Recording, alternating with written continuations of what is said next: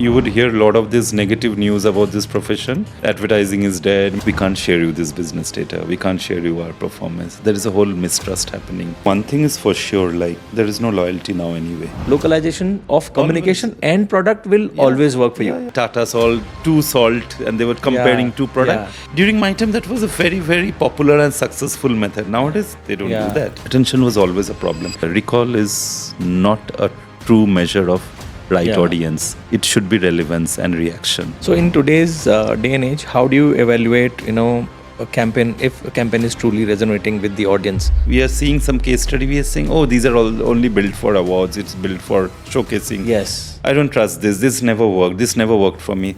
I think what will never change, be it today we are talking branding, performance, what will never change is the industry would start buying and trading attention as a currency, but the culture as a currency, I'm seeing that will emerge. Keep data as a kind of an engine and heart to everything in marketing we do. Assumptions are good. So where do you see the next big wave of growth coming? Content, commerce or tech? I think tech already had its saturation. Arindam, welcome to Global Masters of Marketing. This happens to be the first episode, and we are very thankful that you gave us time. And thank you very much for coming. How did you first end up in advertising, and was it by choice or by chance? So, firstly, thanks, Vinay. Thanks for having me here. And glad to know it is the first. You are saying it's the first episode. First episode of Masters of Marketing. This is a series it's a lot of pressure, kind of. You're adding to. I mean, okay. So I have to keep that back in mind that I should not. Okay. So coming to that, how did I end up in advertising? I think it was basically, I would say, a culmination of conscious diversion. Mm-hmm. When I say culmination of conscious diversion, I was a chemistry student. Yeah. So that's so pure science. So it was chemistry, physics, maths, and while working in the college, I started doing this journalism, which is a student journalism, and the beat I was covering was education. Okay. Education beats. So now that time, there is some supplement used to come, Education Times, and so they, as a part of that, I used to cover those emerging vocational course, emerging professional course, what used to be there in the universities. Yeah. So I got to know that something like, mass communication coming, video editing, radio journalism coming, so things like that. And those were the first level of awareness I got into. Now, in the whole pursuit of this knowledge of like multiple awareness of these careers, I started when I was completed my graduation in chemistry, and I was about to pursue the masters, and I started to giving these whole different mass communication because I got aware of various universities. So I said, why not try? And I got interested into this journalism quite well, like So writing, I thought like, journalism, mass communication would be more into writing, more into drafting a story, not much, and at that point in time, advertising did not really click as a subject. Okay. It was also, and this I'm talking like early 2000, where it was always considered like a very exclusive. We never know where to start. Yeah. There were few agencies. So I'm from Kolkata, and there were few agencies that point in time. We used to take copy tests. I don't know. They don't do that now at all. Okay. So you just random, like you walk in and they will say, look, how much is your creativity? So they used to test the creative flair. Okay. And whether or not you're able to write some stuff. Whether you used to write, whether you used to imagine, and they will give you some situations where you used to like, let's say, if a toothbrush today goes out in the battlefield, how would the toothbrush looks? And you have to draw that, like things like weird, abstract ways. So basically, pushing your mind to think like how abstract you can be, and Now those were those initial years, and then in one of the universities and one of the thing, I pursued this masters and I got into this mass communication. And mass communication, 2 courses I got into. One was advertising and public relation, and one was journalism. Now I have to choose one. Okay. Then it happened like, let's try on the advertising, because journalism I was doing the work and got few published out. Now within that was my first, I would say, the moment of truth came into. So my first classroom, the subject was creativity. Okay. And the first ad, the person who came and was taught that creativity and advertising, Apple Macintosh, the Big Brother ad. Okay. Yeah, so Oh, wow. it's 1984. That book, George Orwell, 1984, and that was the first class. So that was supposed to be one of the milestone. I did not know anything then, but it was supposed to be a milestone of where the world advertising is, because when the IBM and the Apple Macintosh, the whole society of dystopia. So net, I mean, long story short, when it came right, like that was a couple of years in the advertising when I was studying. Now, emerging, the media agencies started to emerge then, 2002 and all. That's the point. Fortunately, my science background really helped. There was somebody who told, like, okay, if you're into, and there were various subjects in advertising. You have branding, you have, nowadays, and I'm talking about a time, I might sound as a dinosaur, but at that point in time, it was not very familiar subject. Yeah.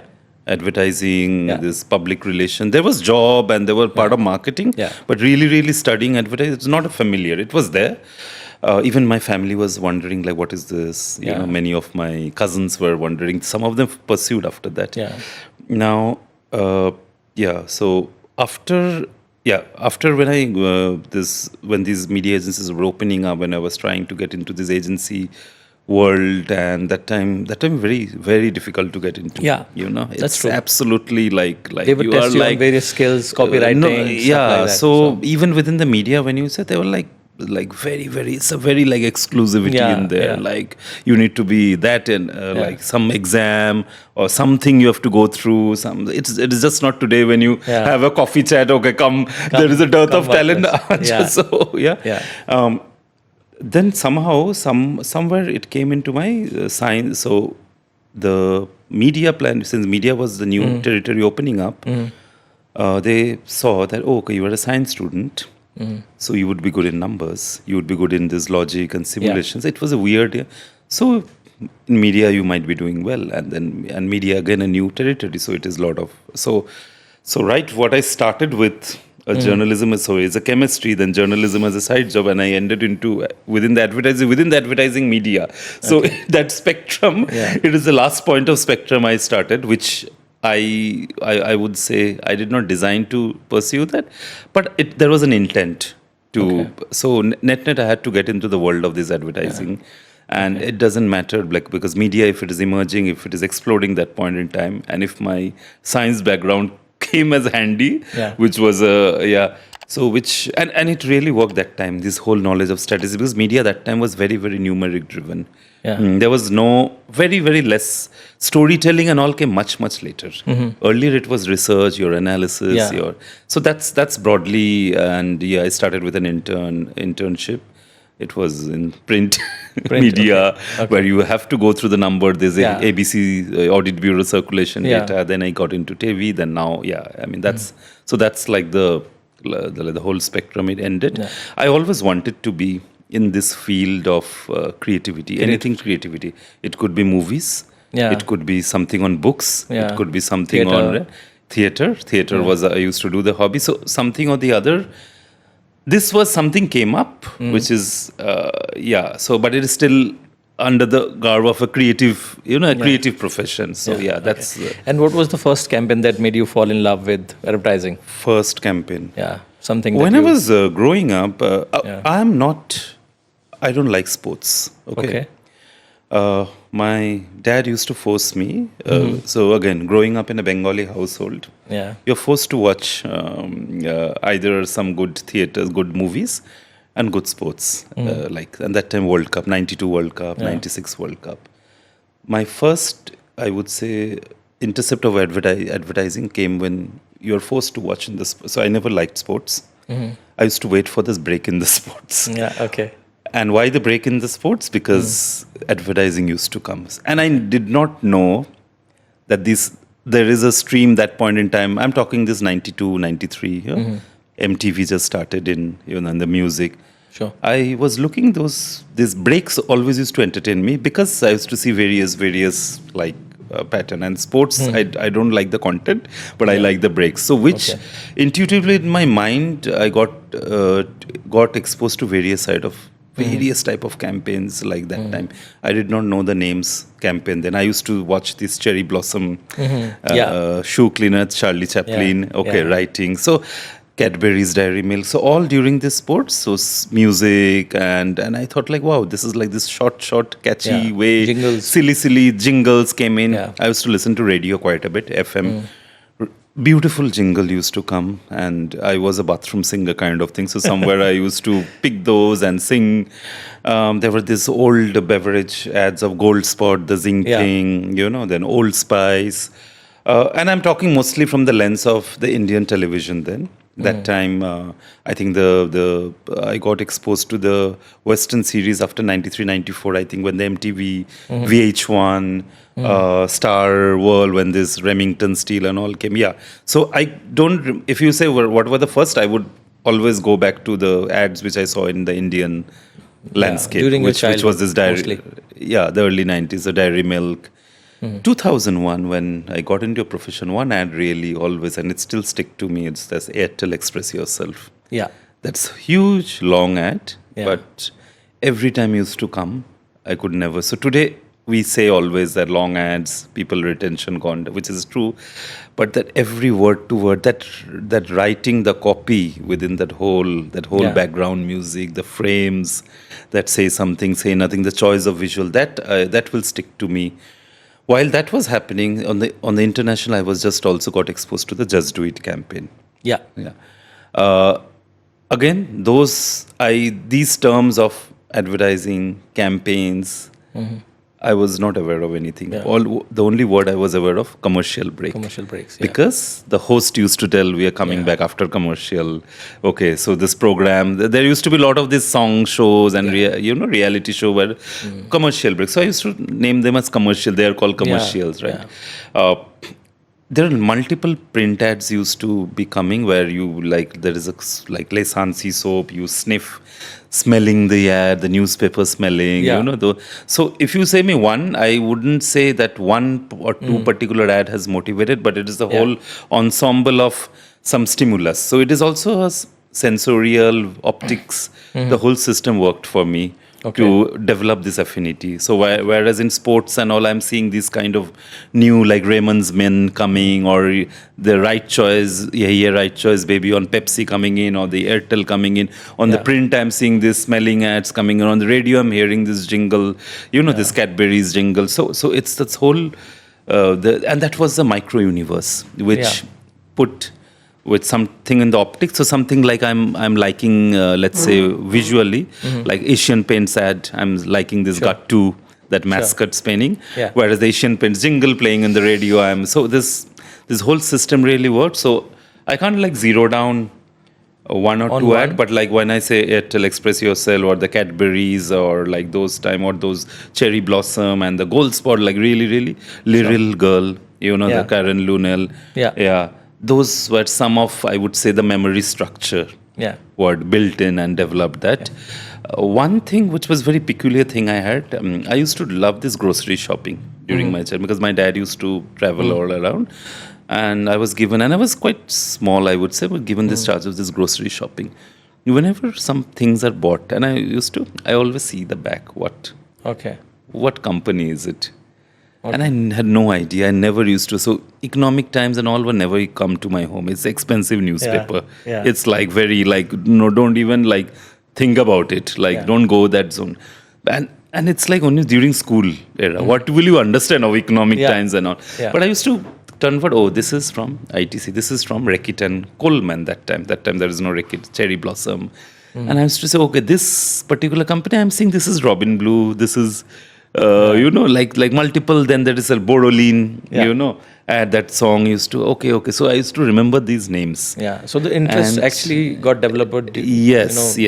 And whenever this ad used to come, there used to be always that time, the product shot of the company shot used to come, right? Like when Sony ad used to come, it's a Sony. Okay, then, okay. So that dot coming, it's a Sony coming in. Then like, let's say Philips, when this cricket match used to come, like, okay, Philips, the logo used to come, let's make things better. And I remember those taglines. And the tagline remembering was kind of my, and we used to play within our cousins a game.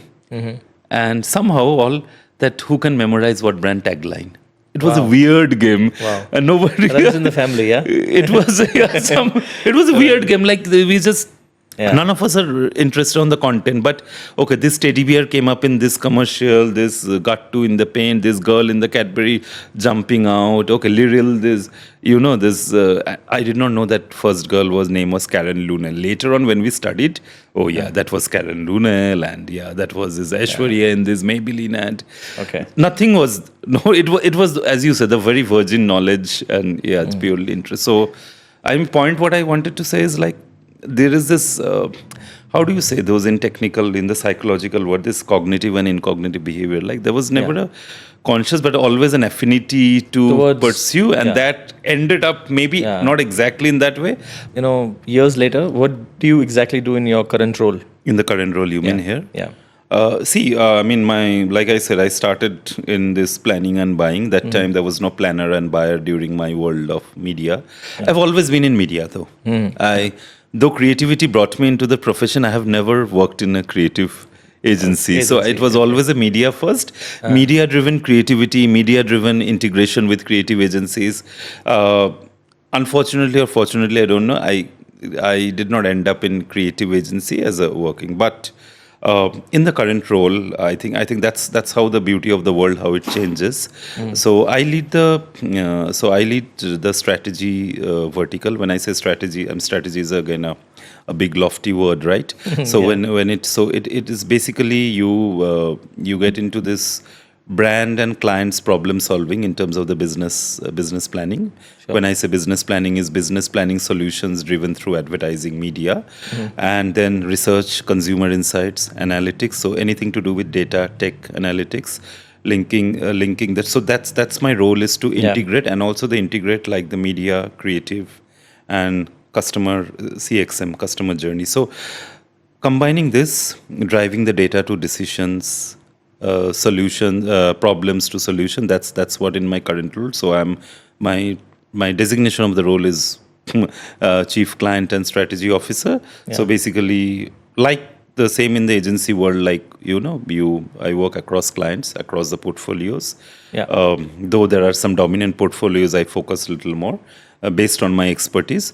But again, it is driving the solutions through data, tech, consumer insights, research, analysis, planning, recommendations. But main deliverable, if you ask me, about is basically through media driven.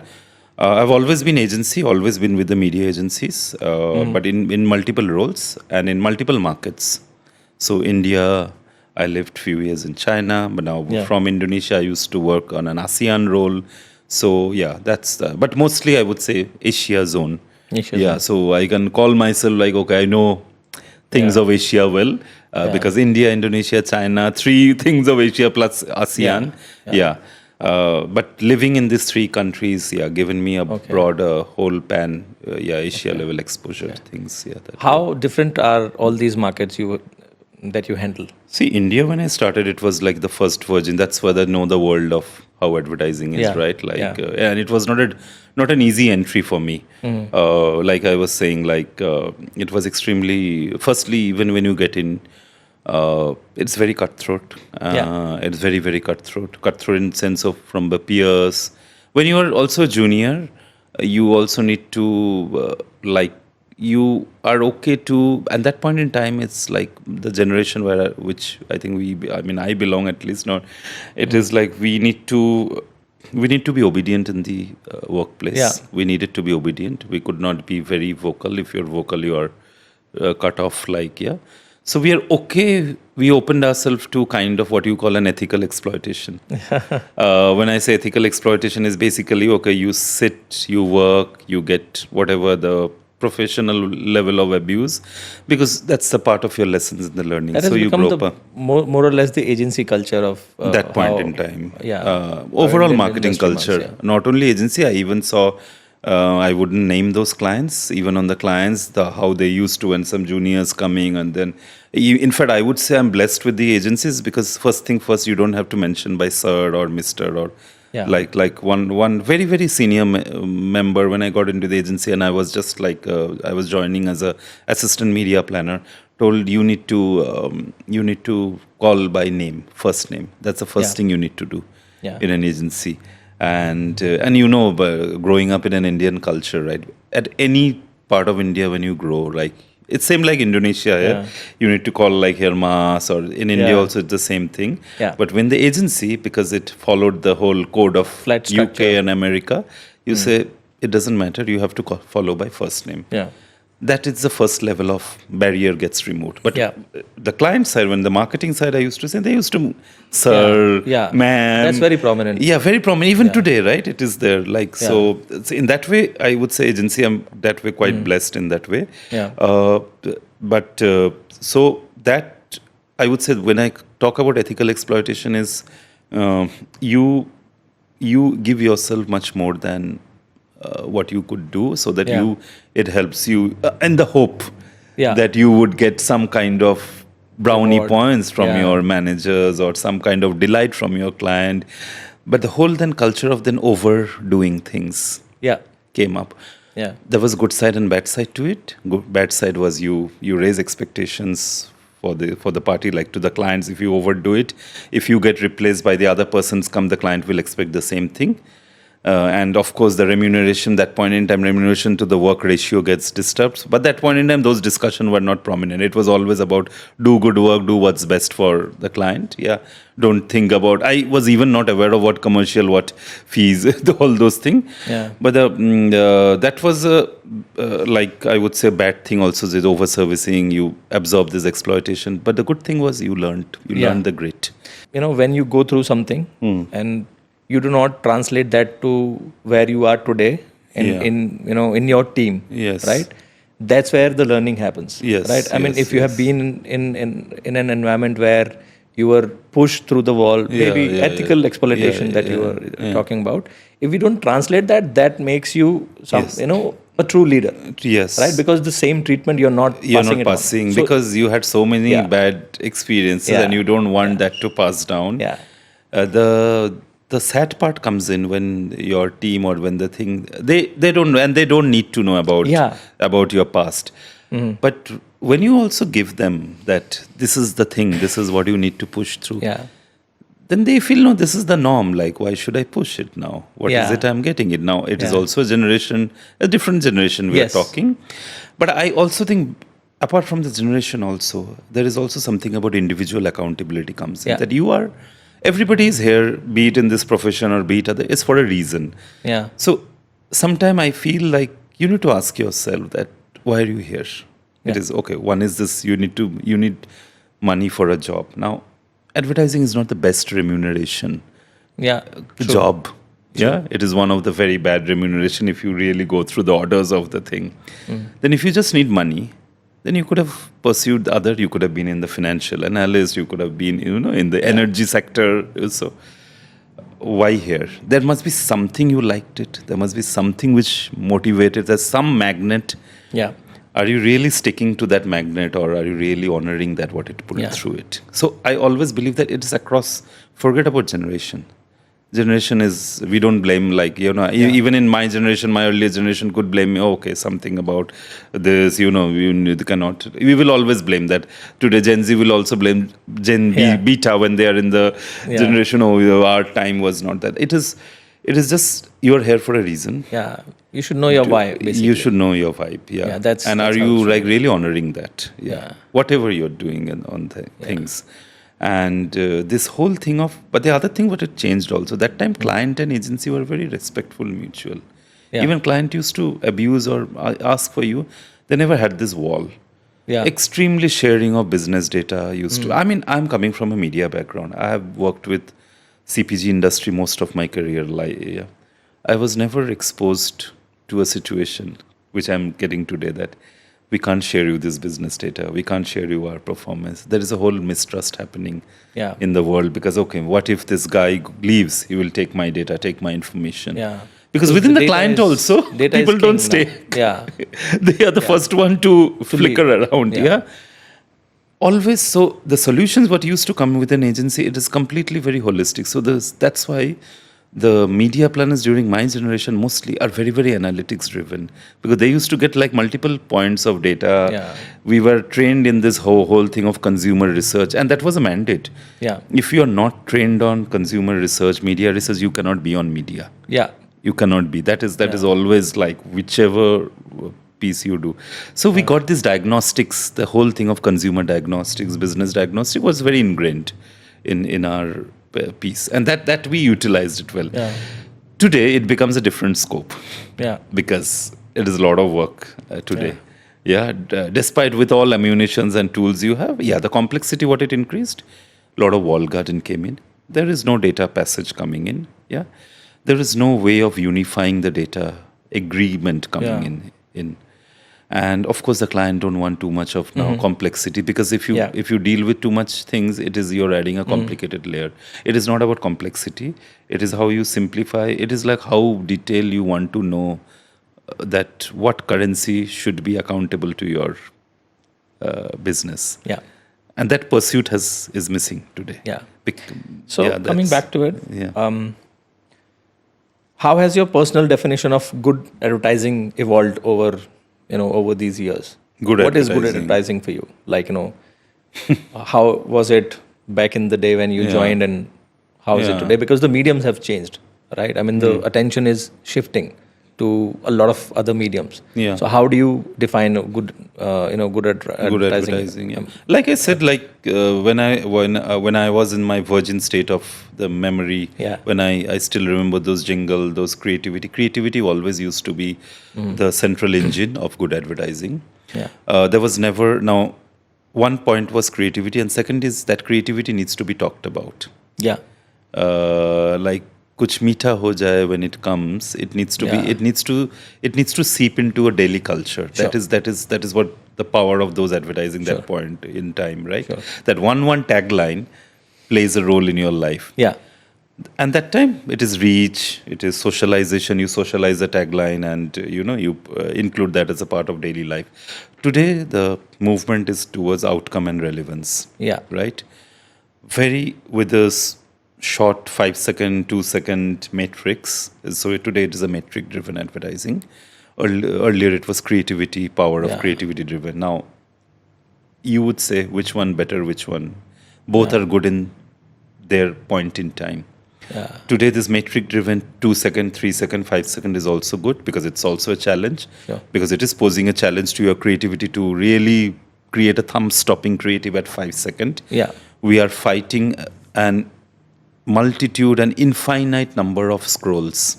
Yeah. Can you imagine like getting that attention amongst the infinite number of scroll is so hard. That that power of creativity which was in one broadcast medium or one audio medium, now if I'm served with 20 million page scrolls, voice, noise, it is stupid to ask like, okay, people advertising is not creative today. It is not a justified comment, because it is still creative. It is just that 2-second, 3-second creativity is very different now. Yeah, because the algorithm of creativity is very different. Earlier, I think brands wanted themselves to associate with a certain emotion in their audience. Yeah. I think in today's world, that is missing a little. Or maybe we are not able to communicate it because the attention is shifting. Yeah. You think emotion missing? I would say emotion now extrapolated in a multitude way. So it was earlier emotion to inspiration. Yeah. Now emotion to inspiration is now with, so it's a funnel of emotion. So it is still now to delivery. Now why that has happened also?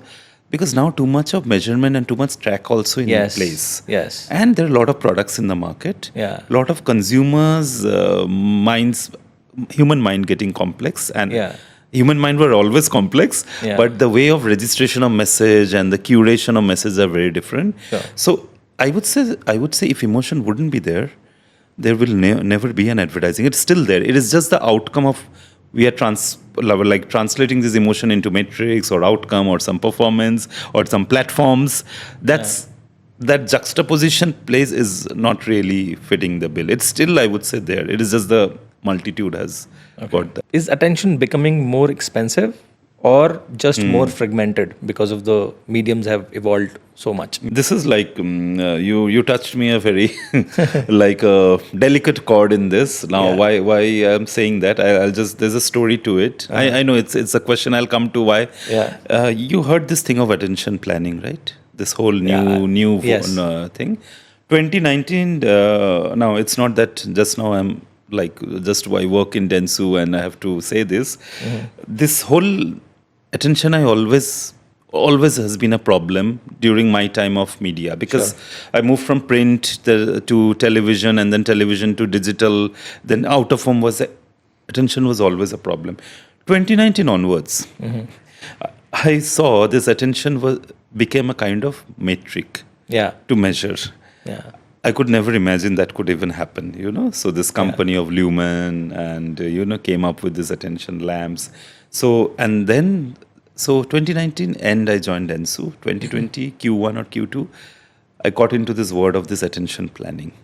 In the algorithm way, attention planning was always there, like thumb stop, scroll, Facebook used to do this, Google. In the whole open web way. And then the whole metrics like, okay, now the time is to shift from APM, so attention per, so CPM to APM, like those whole buying metric need to shift, which unfortunately it was a very powerful narrative in the industry that point in time. And Dentsu with this company called Karen Amplified Intelligence, Karen Nelson Field, this is a whole study used to be there on this attention by entire inventory stack, and I think it is still going on. Then the rest of the agencies picked it up. And I'm coming from WPP. In the entire big client on the W portfolio, I never come across this metric that they need to push it. It was always a narrative. In the Dentsu, I first saw that narrative become that metric. And it was a planning metric. Now, fair enough.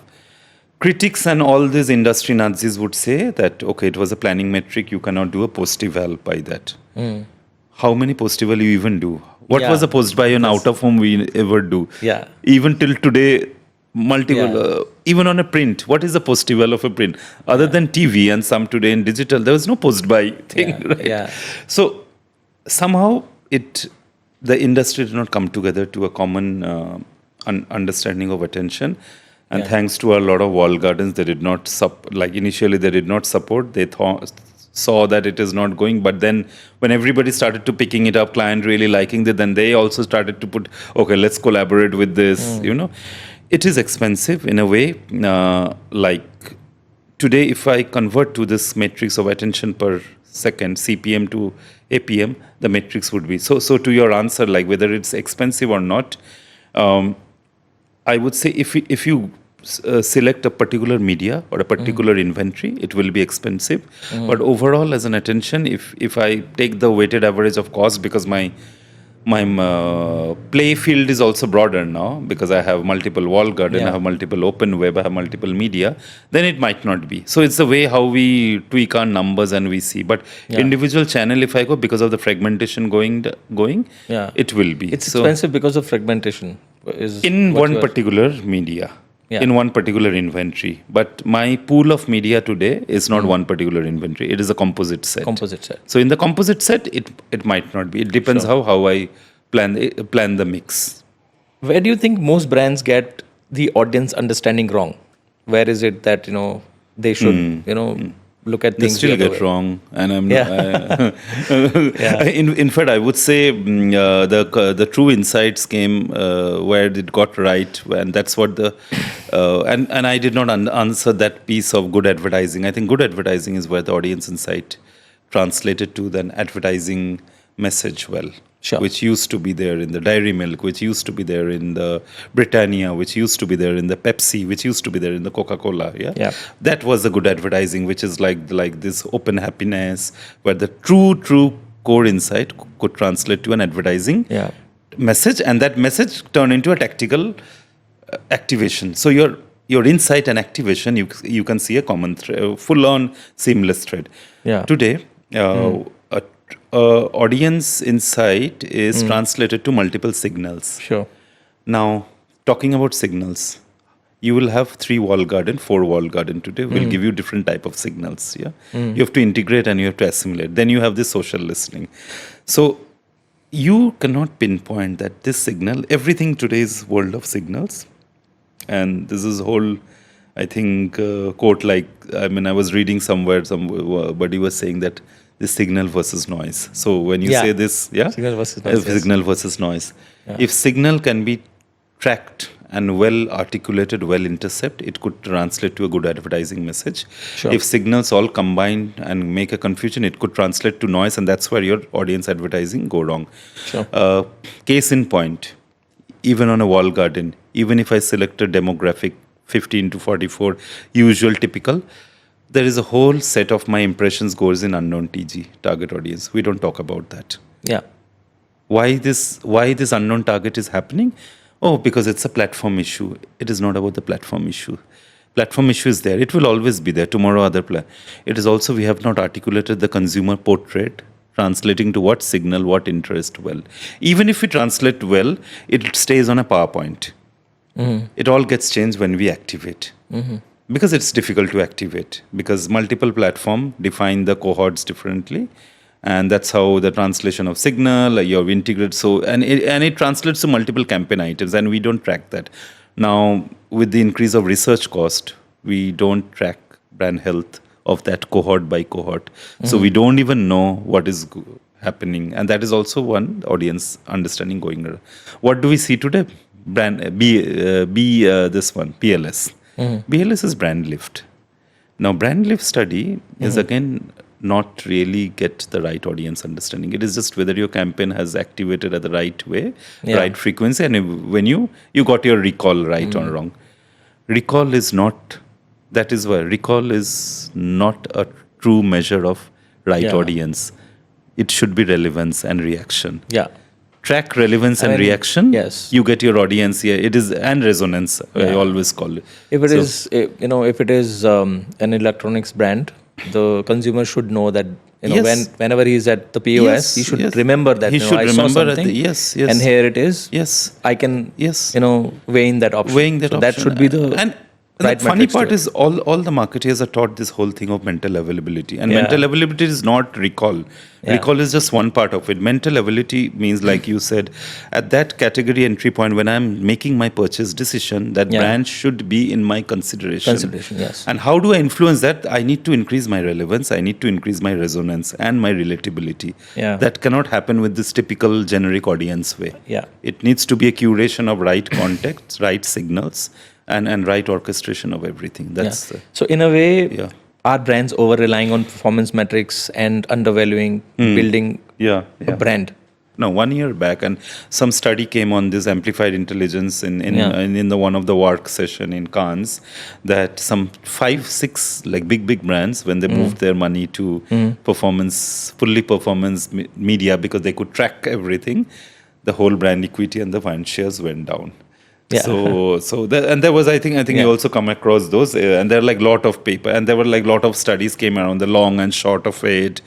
Multiple papers, white papers are written. So I think the over reliance on performance was a kind of a golden trap, which was designed by our wall gardens, because because they came with the very fresh things of whatever you put your money in advertising, everything can be measured. Yeah. Because the platforms came in. Fair enough, all things can be measured.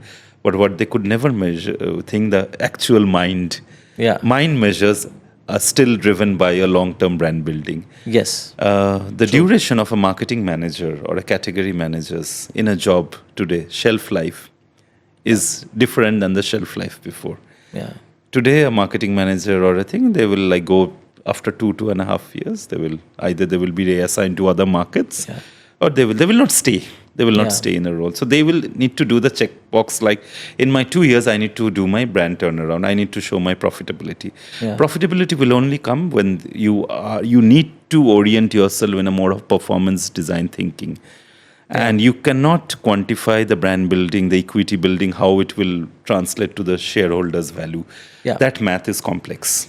Yeah. And I think if we can get that math right, and that's what the marketers should be doing, that get that math right of, spending is how much of equity brand building money relates to your equity. Equity means what matrix and how that would translate to the shareholders' value. Sure. These chain, if you can crack that, then there's over-reliance. Then we will not have this debate of how much brand building and how much performance would be there. Yeah. Pure performance-driven categories like this, I was talking this QSR, right, beginning of they also do brand building. That whole organization goes on a performance metric, like delivery, orders, traffic, dine-ins, sign up. Why McDonald's need to do brand building so much with this whole mascot, with this whole association, expensive content? Because it has a longer return. Now, today you cannot measure that. Tomorrow it will build. And that's what, and this is my whole life of CPG marketing always taught that whenever you do at any point in time market mix modeling or ROI driven, you always start you get 36 data points. So logistics wise, you can build model at any point in time. Pick up any 36 months data or a 24 months data and you build your model. You always find there is something called base, which you cannot attribute. Yeah. What you attribute to the model is those incremental stacks. Sure. The base is a formation of what you do on the equity, advertising, merchandising. On the brand building side. Usage, And brand building has an influence on usage. Yeah. So, and usage has multiple stimulus. You need to see in store. You need to, like I said, that the category when it comes to the mind, what kind of thing you associate to. Like if today I am associated to a paint category, in my childhood, when I have a festival, my house painting used to done you have a lot of memory structures. Sure. And that memory structure defines your human algorithm there. And that's where I think it needs to translate to the marketing algorithm.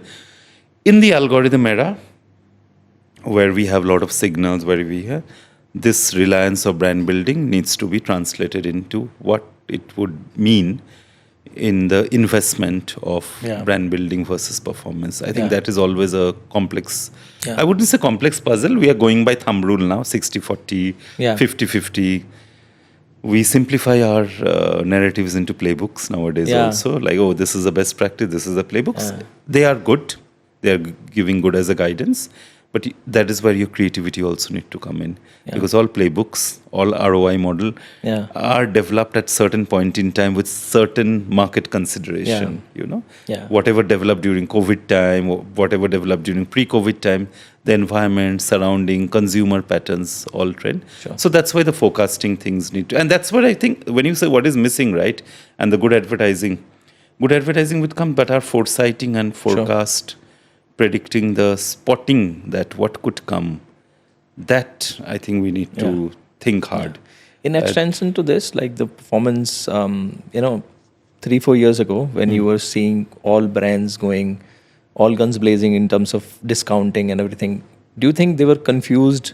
They were confusing, brand loyalty with the performance spikes that they were seeing? Because now that you don't see so much of discounting, that has changed as much. Now they are again focusing on building, brand building. Brand building. See, one thing is for sure, like there is no loyalty now anyway. Yeah, because loyalty it's a very fast medium. Yeah, it is. Loyalty is not. I think long back time there was I think 6 years back. There's a great session from Nielsen. I remember this, the age of disloyalty. Yeah. And it was a funny thing started in this whole the presentation. Remember that there is no loyalty in anything, be it on the career, be it faith, be it relationships. Sure. Same with the brand, right? Because brand building part. Today, if I talk about a condiment or a sauce category, I have 5 brands also in the kitchen today. I think the fighting is not about I need to make my brand loyal so my consumers stick to it. I need to make my advertising, media, communication work hard enough that I don't care about what else they're buying, but at least my product needs to be in that basket. Sure. It can be as an accessory. It can be like when they are buying this product, whichever SKU it is, it needs to be there. I think that's where so it is not loyalty, but it is still a very, very powerful consideration.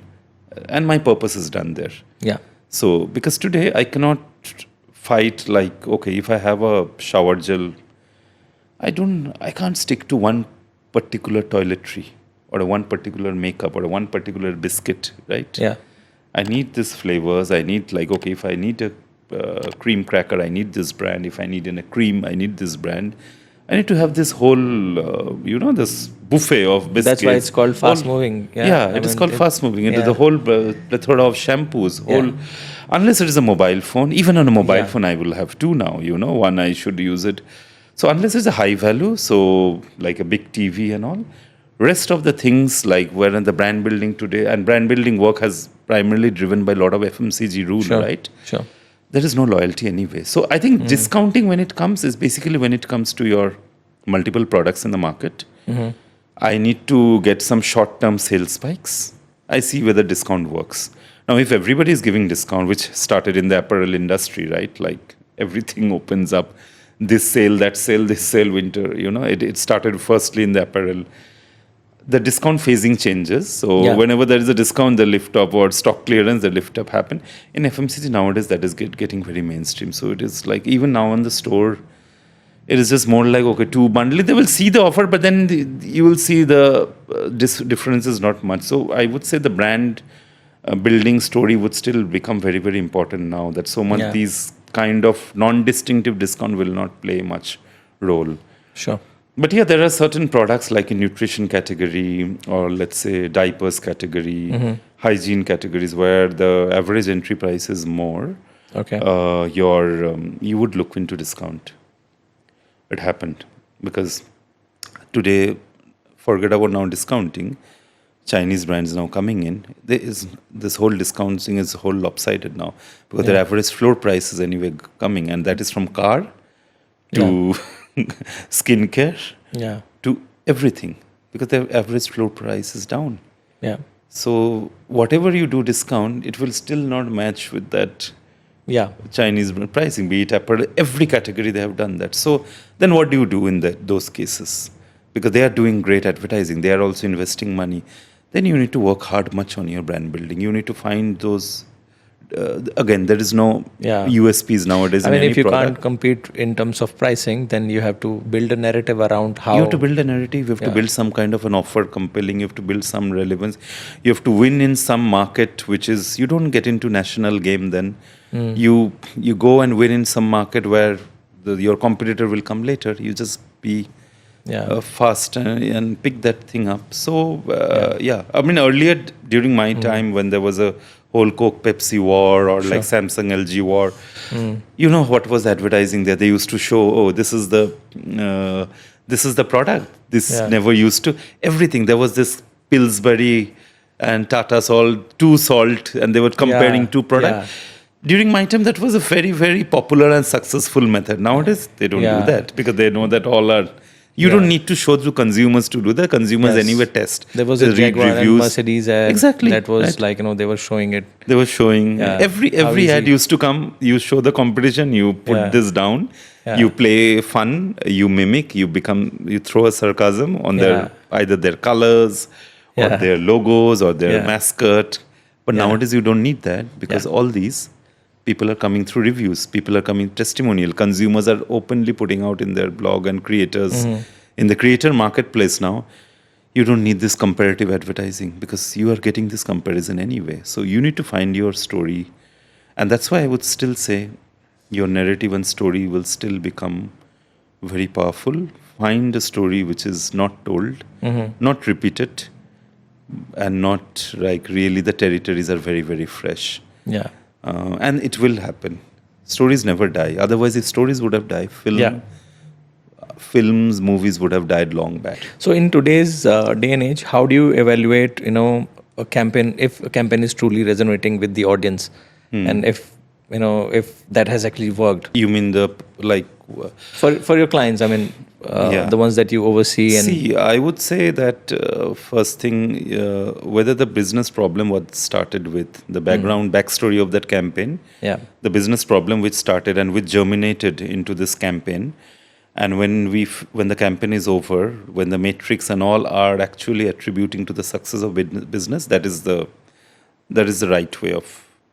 proper right way of looking into it, that it has sold. It is not about just increasing sales.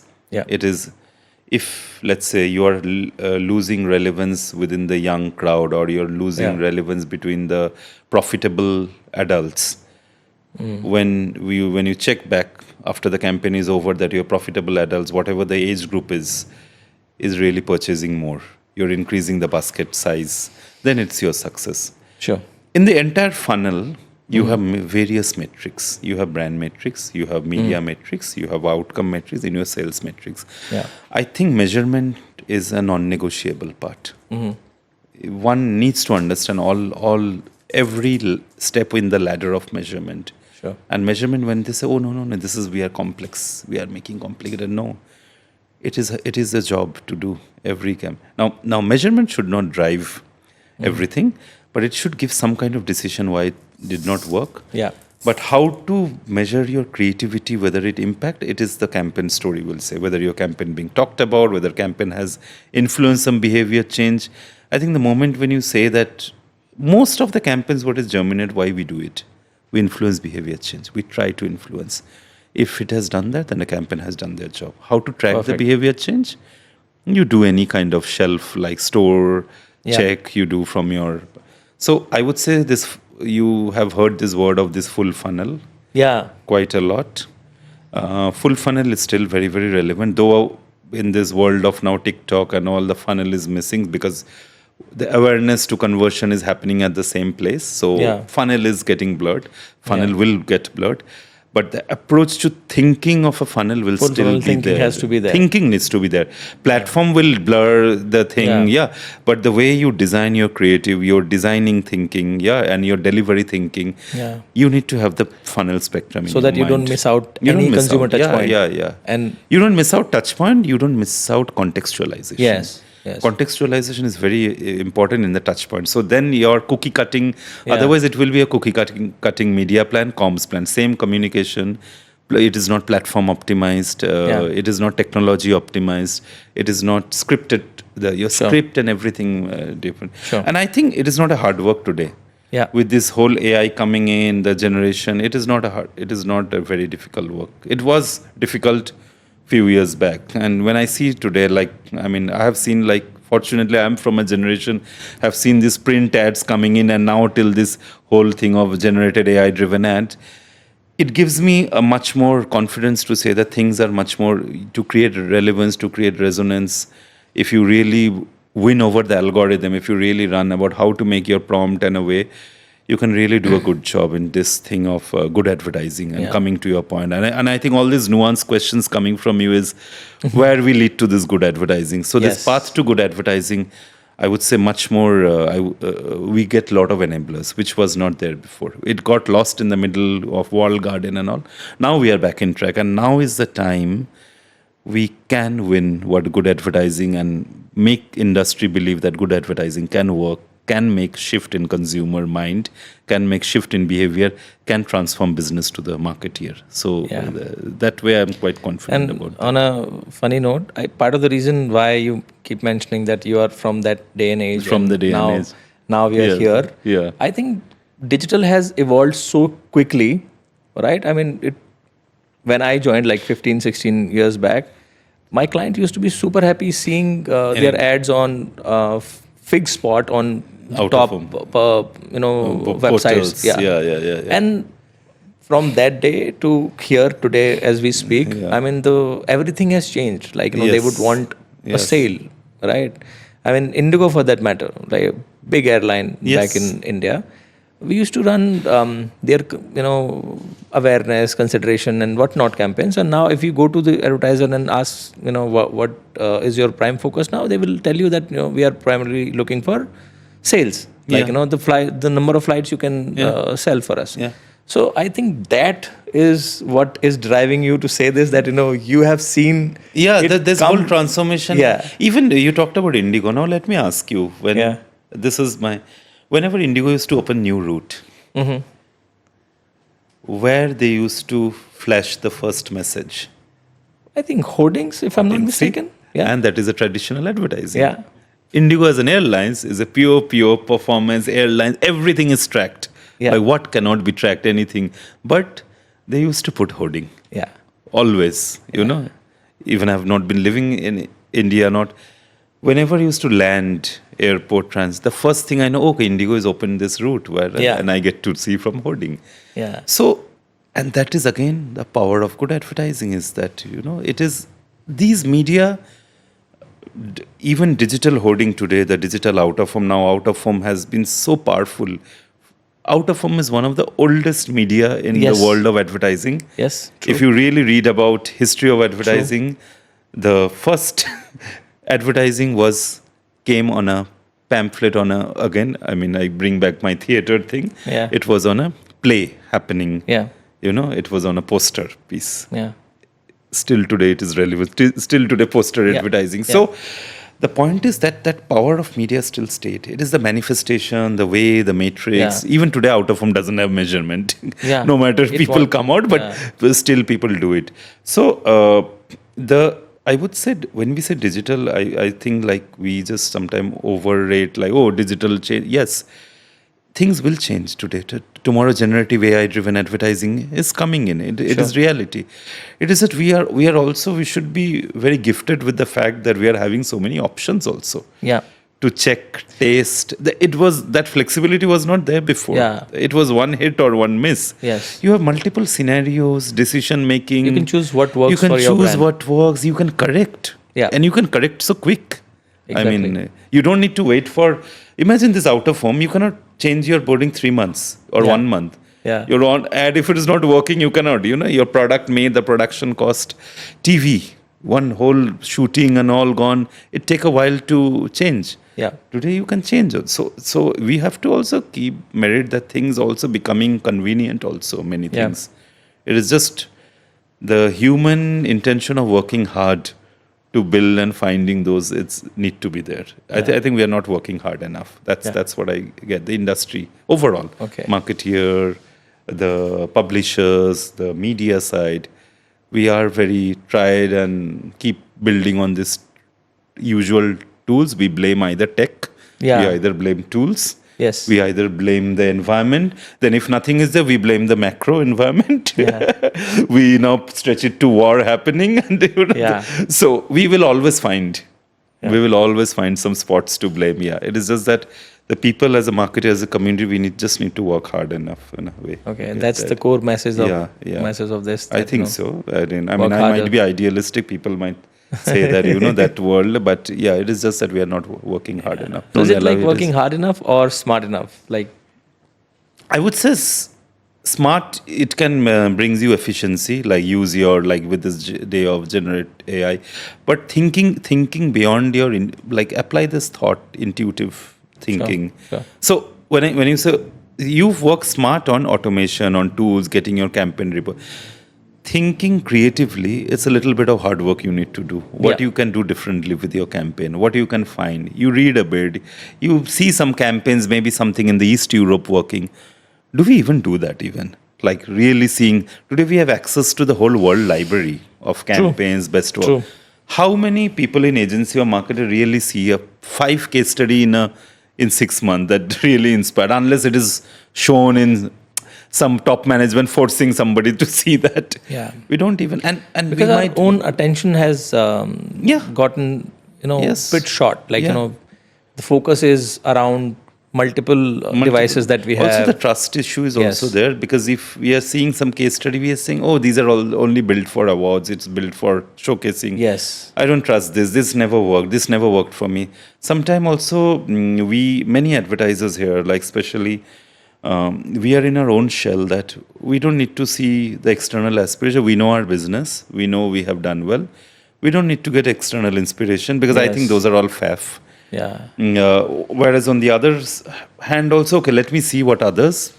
But they will also not trust. So feeling that there is a lot of information overload. There is a lot of information overload. Relevant information might get missed out. And they might be. It is a different campaign. This is a different land. We always have this excuse of, this has worked here. It will not work here. Find 2 steps down. So in a way that your marketers need to be more open-minded. In more experimental, more trial out, customized to your need. Cannot just junk about, this will not work. What has made you say that this will not work? What kind of what kind of things have you done? And you say, no, we know what has worked. Okay, what has worked? Given you this delta business. Yes. But if really you incorporate that, have you checked this scenario that it will jump up and say that Okay. that you don't know? So What how will- is this market? Is it adaptive to more change, or they hold back to It is a new mix, things? I would say. They hold back. It is adaptive. So when I came to Indonesia like a decade back, 2012, quite a bit, like many things came in. That time the YouTube and just coming in, a lot of experimentation in the world. But over the time, what has happened, many experimentation didn't work also. Sure. Because and this whole thing of rise of ad tech and all this that's the deluge core of influ- experiments, right? There is They core don't of work, experiments, like- yeah. They don't work But as some much. to some advertisers they say no, they have written it off. It never worked. I did not see still today the lead medium, the lead networks or television industry and all really being like similar formula driven content. They're doing that. So I'm not saying they're not doing. It is open to do that. It is just that it is same like I would say what India a decade back, trying to open it up and need to. But the speed it could have gone would have been much better. But what happened is multiple things have occurred in this market. The war, the Palestine war, there is a boycott thing. There is a lot of cultural intervention which has paced it down. So there is a whole lot of multinational brands who used to come, got boycott, and that has slowed down big time. But the local brands, the patriotism, that also grown up. Now the local brands trying to adapt to these international standards of brand, there was a kind of a gap. So Sure. in a way, it is a very sweet spot in that Yeah. we have a great blend of a local brands and an international brands. I would say same like in India, but we have a huge thing of culture here. So the culture is a one big velocity drives in this market. Yeah. And this culture Culture comes driven. out of religion, culture comes out of faith, culture also comes out of the generation. This whole advent of the K-pop, advent of Chinese brands coming in, the respect of the Japanese brands coming in, the confluence of the Asian brands coming in, that is driving a lot of the decisions driven by the cultural. So when I was telling you these signals just before, like when the platforms, what we also need to put one vector in our mind is the culture as a vector. We often don't do that. And culture, I don't mean Indonesian culture. Today, this market, when I came back, it was one Indonesia. When I stand today, it was not. It is very, very divisive. So it is like Central Java. The communication works in a very different way than in East Java, or maybe in a Jakarta, or a Jabodetabek, or a Medan. This market, after a decade, realizing that localization is important. Yeah. What used to be in India 20 years back, where localization, today they're realizing, and they are trying to build a contextual, ad relevant scripts, changing the ads, changing the texture of the language, changing the creativity in a way. So broadly, the good thing is this nation speaks one language. Yeah. However, the resonance, when it comes to resonance and relatability, local dialects always matter. It is, again, even when I was in China, the nation speaks broadly two language, which is Mandarin and Cantonese. Yeah. In I would say in India, that is the only complexity which we have. The nation don't speak a single language. So we have always is multiple creatives, multiple channels. And English, if you consider as English, is only like with the urban elite we will cater. Mostly, metro Urban cities. elite, Yeah. But in Indonesia, that way, in Bahasa Indonesia, if you speak or develop a creative, you will cut across. But more and more, if you want a brand to get closer to it, like you are saying, this increasing the emotional barrier, you would, a local dialect would work much hit well, and you will see the magic there. And that's why I don't like to. It is an archipelago. Every island is a kingdom in itself. So if it started the market, you think like that, it is a logistic nightmare. But from a cultural point, from a comms point, it is not a nightmare. That's what I was saying, working hard. Yeah. There you cannot do a smart. If you do work smart, means it's a shortcut. You do one, it will. Working hard means if you want to lift up the anything elevation, I think need a bit of Resonate with what you're saying. I happened to interview, a managing director of a company which is, running since 1942. So what, Where was this? Yeah, Nilon's Pickle. So they make, they are world's largest tutti frutti making brand. So you must have had their tutti frutti for sure, because if you are into like ice cream or whatever. Once upon a time. So they, what he mentioned while you mentioned localization. Yeah. Not only of communication, but localization of product is also very important. Yeah. So what they found out that in the south part of the country, the sale of their pickle was not as prominent as compared to the north and everything. So they localized the taste of the pickle, and they created like 4 first, and then now they have 20 different 20 different flavors, or the way people usually make, because pickle is mostly Pickle is nostalgia. more- yeah. You would relate to your home pickle more because your granny Yes. made it for you, Made and it you for- like it that like way. it that way. So that's Similar where example is here yes, too. that's why I actually mentioned, which is a little irrelevant, but we are trying to prove a point Yeah, here yeah, that wherever you are in the world, localization of communication and product will always work for you. Yeah. So that's the most important thing. Especially in the food industry, right?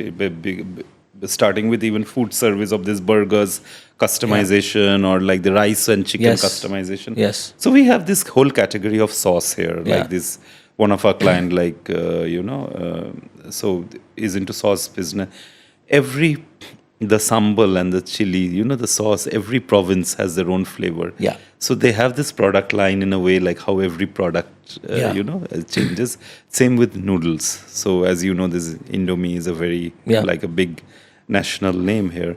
They have flavors and product by, and same with Sedap. They have flavors and product by the same province and same. So it is like every zone has their own flavor and taste. Now, it doesn't mean that what is the most popular flavor across the nation is not sold there. It is still sold there, but these local flavors, the cuisine, the palates relate more closer. It happens. So on the product level, there is happening. So if product level it can happen, why not? Why can't it happen on the communication level? Why it can't happen on the customer, on the audience level? You just study the audience of that part. A particular state in Indonesia, let's say Jogja or East Java, Malang, a very student-driven population, right? Why you can't? You have a product catering to them, but why you can't devise a media? What is stopping you? Nothing is stopping you. You just have to dive 2 levels down to find a little depth. And that's where I was telling a hardworking coming. Because one is the local zones. But within the local zones, the micro segments also behave a bit differently. Yeah. That's like East Indonesia today. If you talk about the overall Indonesia product revenue, East Indonesia doesn't contribute much. It's a very different tribe because it's Papua and people don't even talk. The entire Indonesia advertising landscape are very, very Java-centric.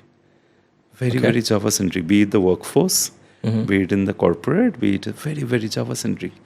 But the world is of here, Indonesia is beyond Java because, Java contributes 60% of capital, the population lies, we simplified. So we always oversimplify narrative, and that's where I'm taking the working smarty is the simplification, oversimplified. Working hard to increase the relatability, increase your penetration of the product, making the resonance. You need to understand island by island more. In a way. You need to read about it. You need to go. You need to travel and pick up the insights. And I think what will never change, be it today we are talking branding, performance, what will never change is human truth. Yeah. Human truth is driven by culture and faith. And it has no measurement. Yeah. Nobody speaks out truth.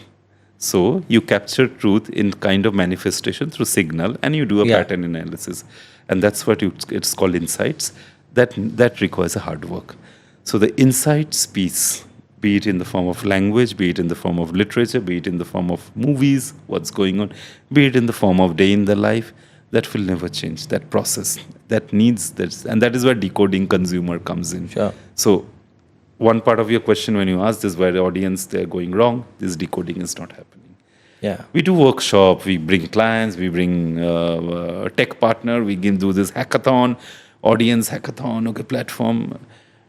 What will go wrong is the human truth, which is not measured, not tracked, and we get into assumptions, and that's where we do mistakes. So Arindam, what is your personal definition of integrated marketing, and is there like a golden standard of integrated marketing that you have come across so far? Start with answering the second part earlier. I think when it comes to golden standard, it's always being evolving. So what is golden standard 2 years back or 2 months back, your benchmark always excels. So Yeah. I'll tell you why in a bit. So golden standard, there is, if you say yes, golden standard, Yeah. there is no golden standard to that. Yeah. It is always a continuity. Integrated marketing, yeah. So it is about not about being everywhere and anywhere. Integrated marketing to me is whatever the channels or message or stimulus we choose, be consistent and have continuity. So continuity and consistency. You might say they are same word. It is actually not. Continuity, when I say, is continuity of salience, spreading of the messages, or wherever you're present. Let's see, if a brand or a message I'm present on a store, I'm continuous to that. I'm not sporadic. So that is my continuity when it comes to the salience. Sure. Consistency is the message, the distinctive assets, the creative, the comms, whatever you're messaging, wherever you're doing it, it should be consistent across the platform.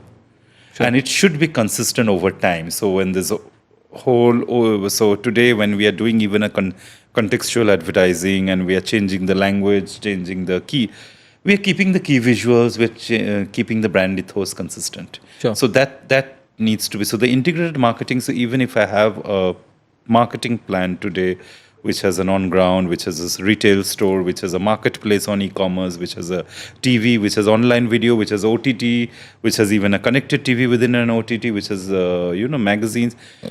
The message of the brand, what I'm communicating, needs to be consistent across. It cannot be.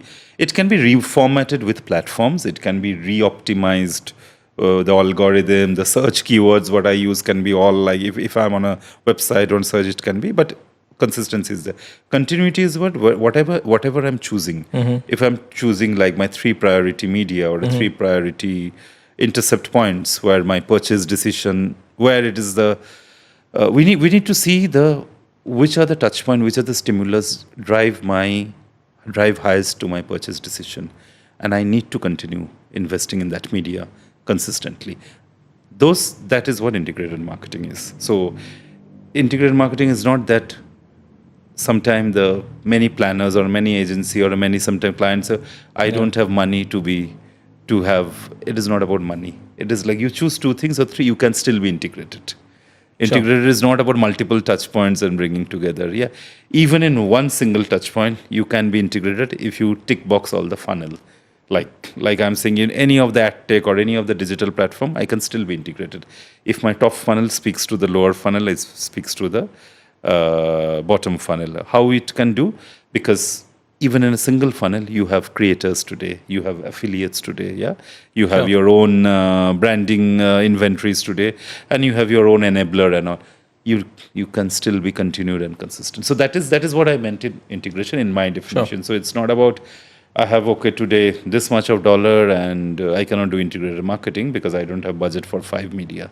It's a wrong way of looking things. Yeah, okay, that way. In your view, you mentioned CTV and OTT in one sentence. In your view, how adaptive is this market to these new mediums, OTT and CTV? OTT and CTV. Do you see? Yes. It has.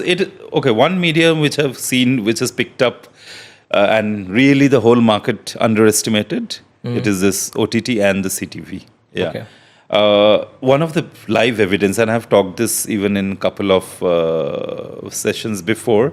There were 3 years back. There was one of the first connected TV gathering happened. Yeah. None of the marketeers or advertisers came. It's only like there's a room full of 40 people. Okay, that was the thing. I think 3 months back, same topic. There were many topics. So I'm talking about my data point here because I've not been into all the points. Same topic, exactly same situation. A different partner hosting it. It was a room full of 300 plus people. Wow. And there were like others. So that speaks volume, literally. That speaks volume, right? Like literally. Like so. And there was a customized research done about OTT and CTV in this specifics is CTV in this market. The first education what came from the CTV used to be from the YouTube days where they said that, okay, your connected TV inventory would be like, and it will be tackled by the system and algorithm. And then various key media partners came, and then they educated, and they were giving another market. They were giving US as an example, and they were giving India as an example where connected TV really evolved. Most of the marketeers that say it will not pick it up. It is too niche. It is. It does not like really. There is again an underestimation happened because in the end it is a big screen market when it comes to advertising. It is a TV market which still dominates. So it is the way again the connected TV narrative landed very late, and when it landed late, then again like the critics always say, how do we measure? Your impressions, your metrics are still same. You're still doing the viewership metrics it is still niche. Today we have connected TV, how much? 40 million. It's still, I would say, not that big, but it's not that small also. Yeah. It is not like 3 years back it was like less than 5 million, and today it is 40 million. I think the growth rate is something it is important to see. Today there is an advance of Chinese microdramas coming in. Having said that, I'm not saying they are the best of the content available, but it is because you have a lot of the forbidden content. But forbidden content was there even before. Even during the MTV days or VH1, there used to be, I don't know whether you remember this series called Baywatch, where Pamela Anderson, it was a part of forbidden content in the growing up of 90s kids, right? Chinese microdrama have their plots and also forbidden. But again, on the digital space, you can still protect in a way of a device, and the brand safety needs to be taken care of because the options are quite big, and a lot of conversation having about like how to integrate with the microdramas, that whether a brand can create their own way of communicating the message in the form of this microdrama, because it's like a 1 minute or 30-second storyline built in the series. It's a very, very interesting format. I myself have a couple of apps in my phone, something called View. I forgot this name also. Not the mainstream. It is just for the app for the microdramas. When I got exposed first through Facebook or Instagram, then I downloaded, and some plots are very, very silly, but it sometimes keeps you going. So after 10 episodes, they will ask to charge, and then they monetize that. That has fueled CTV growth also in this market. Plus, OTT growth has been there due to sports, football, exclusive contents, and the television, the broadcasting network, which is the key big groups, your MTech, your MNC groups. They opened up their OTT channel, and then the View also came up, and then the content what watched is mostly the Asian content, which is the Korean content, Thai content, like that's being picked up. Again in the various part of the island, and that's how the OTT growth happened. And the connected TV were very specific. That happened a little late, but it is growing up quite a bit. And there is a good advertising proposition there, like what things you can. So do you see CTV as an extension to linear TV, or do you see it from a digital lens? No, because ideally the consumer is watching content on almost the similar looking device, because the optics haven't changed for the consumer, right? No. The way we as marketeers or planners would see it, is it a digital medium or a linear or extension to the linear TV? You talked about integrated marketing a few minutes back. I think CTV has one big potential of a single channel where integrated marketing can happen. Now, I'll tell you why. This market is a household-driven market. So it's in a family, there is an average size of 3 to 4 people. What was TV before in our decade? TV was a household viewing device, right? CTV brought back the same TV viewing in the digital way. Now, when I say that now, even from an advertiser part, if you need to watch, I'm keeping aside whether it's a TV, whether it's a digital conversation. I'm talking, let's think consumer first. A household is watching. An advertiser is reaching to a household through CTV. How it is reaching? You have multiple devices. So your mother has one device, your kid has one device, your father has one device, and you have one big device, which is TV. So everybody is, let's say, exposed to one particular advertising A. what the beauty of CTV would come then, that when you are exposed to the ads on the television, which is the same ad for the all household, you can be intercepted in multiple way of different messaging to different members of the, because you would know Sure. their device IDs, you would know their profile, you can do, and you can have a directly call to action. Now, again, I am saying like okay, so it is a kind of a brand exposure and your brand action. It is integration still within the CTV. So a very small thing, Yeah. but we have to look into that lens that a single media can, if you're creative, if you work hard on your communication, if you know how to place the placement strategy right, a same medium, you reach one platform, 4 set of people, 3 to 4 set of people, you have your brand exposure to brand action. Yeah. And you cannot say that your multiplier would be. So it is not about one communication, it is 1 into 4. Yeah. So your reach, action, relevance, but this is I would encourage people to think like, don't just look at the CTV number of how many users, don't look at one CTR matrix, look at this potential of it can get into this 4, that 1 into 4 multiplier. Yeah, because it work can on the actually- multiplier. It can actually help you differentiate between who's watching, because the kind of programs they Exactly, must be watching, the kid exactly. will be watching, Yeah, something. and how the same watch, the actions would be there. Yeah. So your father, even if the same banners is targeted, which is a same consistent message. Yeah. So you watch, let's say you play a video in the screen, and you have a micro version or a display banner of the same consistent message in all the devices. Sure. Messages can differ. If my Yeah. algorithm today stays true, I'm assuming for the sake of keeping it like, okay, let's say my kids are being targeted a certain set of message, still consistent, my mom and my dad is targeted, my brand action would vary. I can get Yeah. my consumer, that's where I can get my signal, and I can Yeah. get my consumer journey a flicker of understanding from Yes, there. yes. And it will not give a very holistic decision, but it can give one spark of signal. And that is Yeah. what I was telling, a signal intercept, Yeah. where I can get it.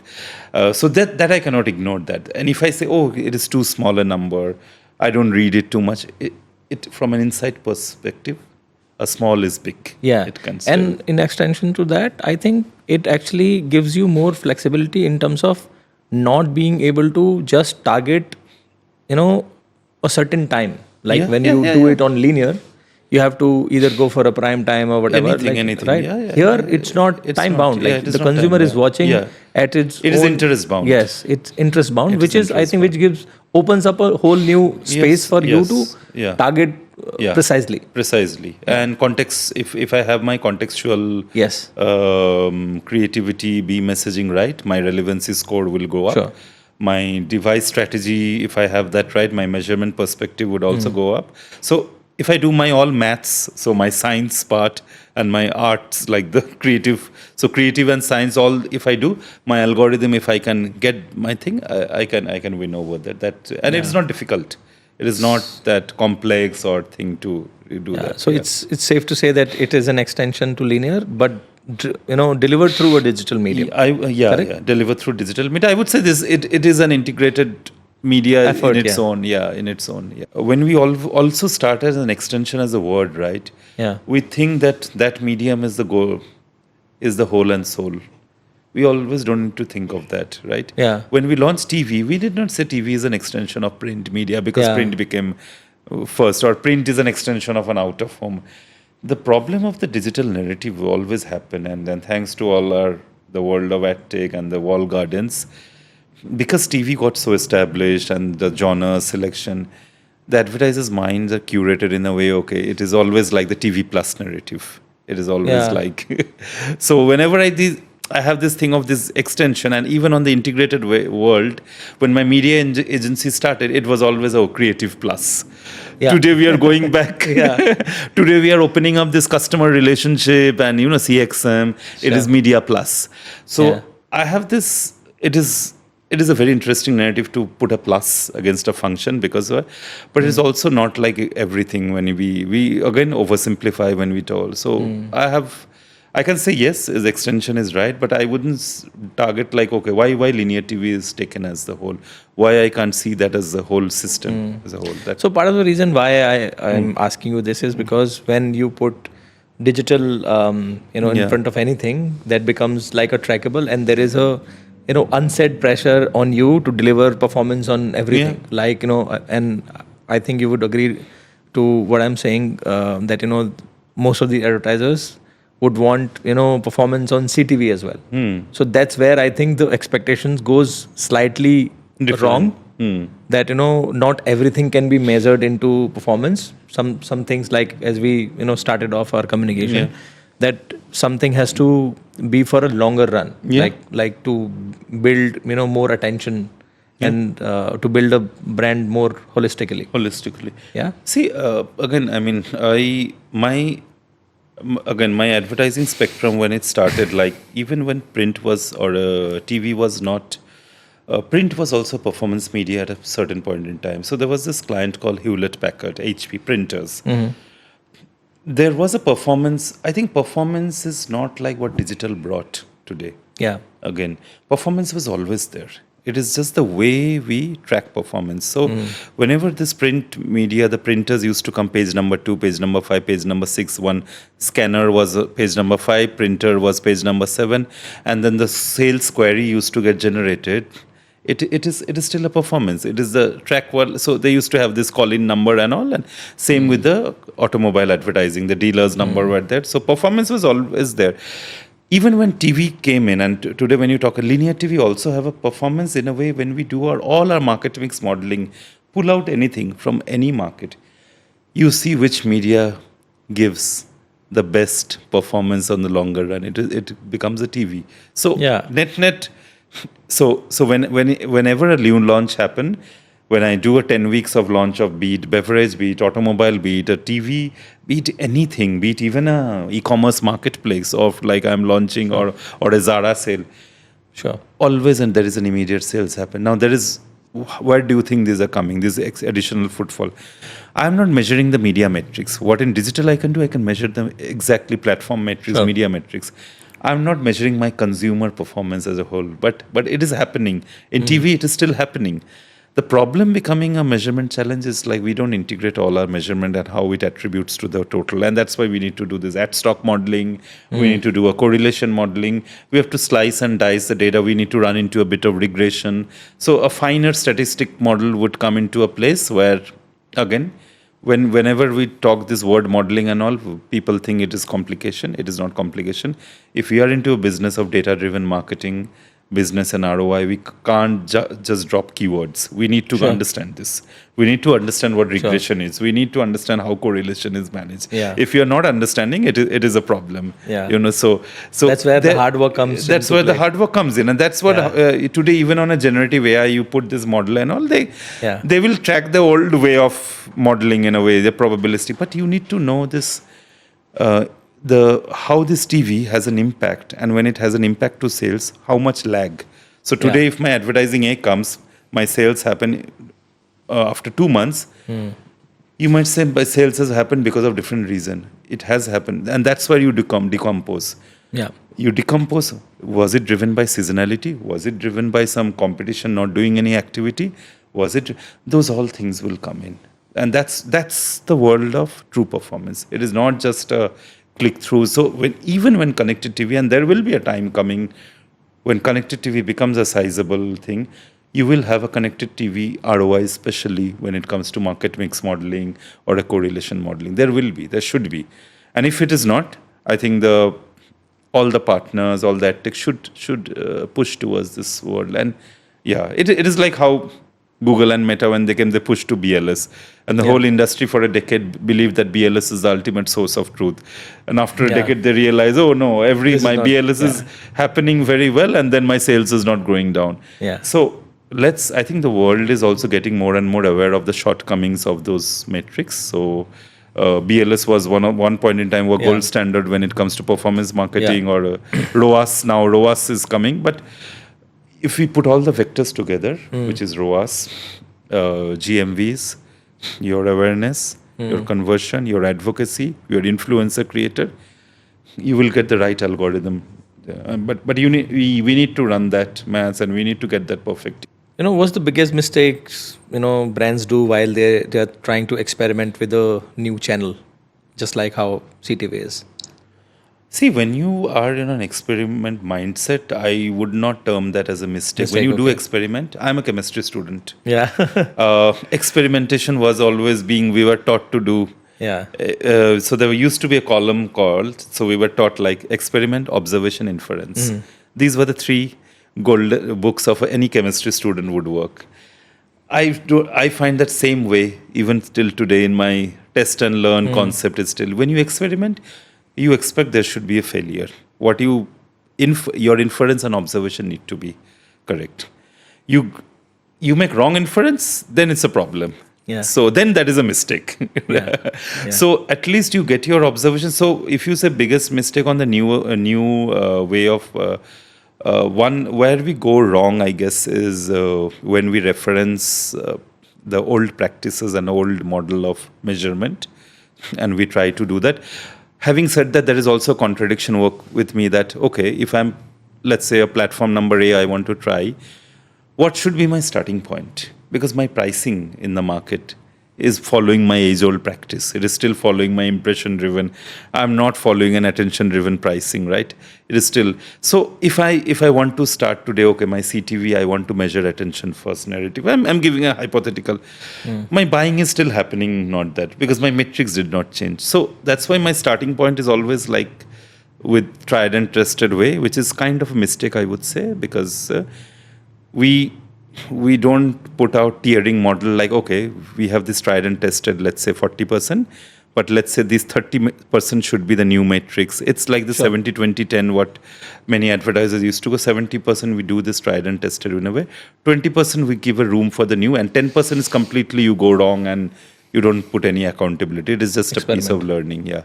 So 70, 20, 10. But if I just purely talk about experimentation as a whole, like let's say a new territory I want to experiment with this new platform, I need to be open with all kind of mistakes. I need to be there, but I should not repeat the same mistake when I'm doing the same test in the other way. Okay, so do you see any new medium emerging that will surprise the entire spectrum? I wouldn't say new medium.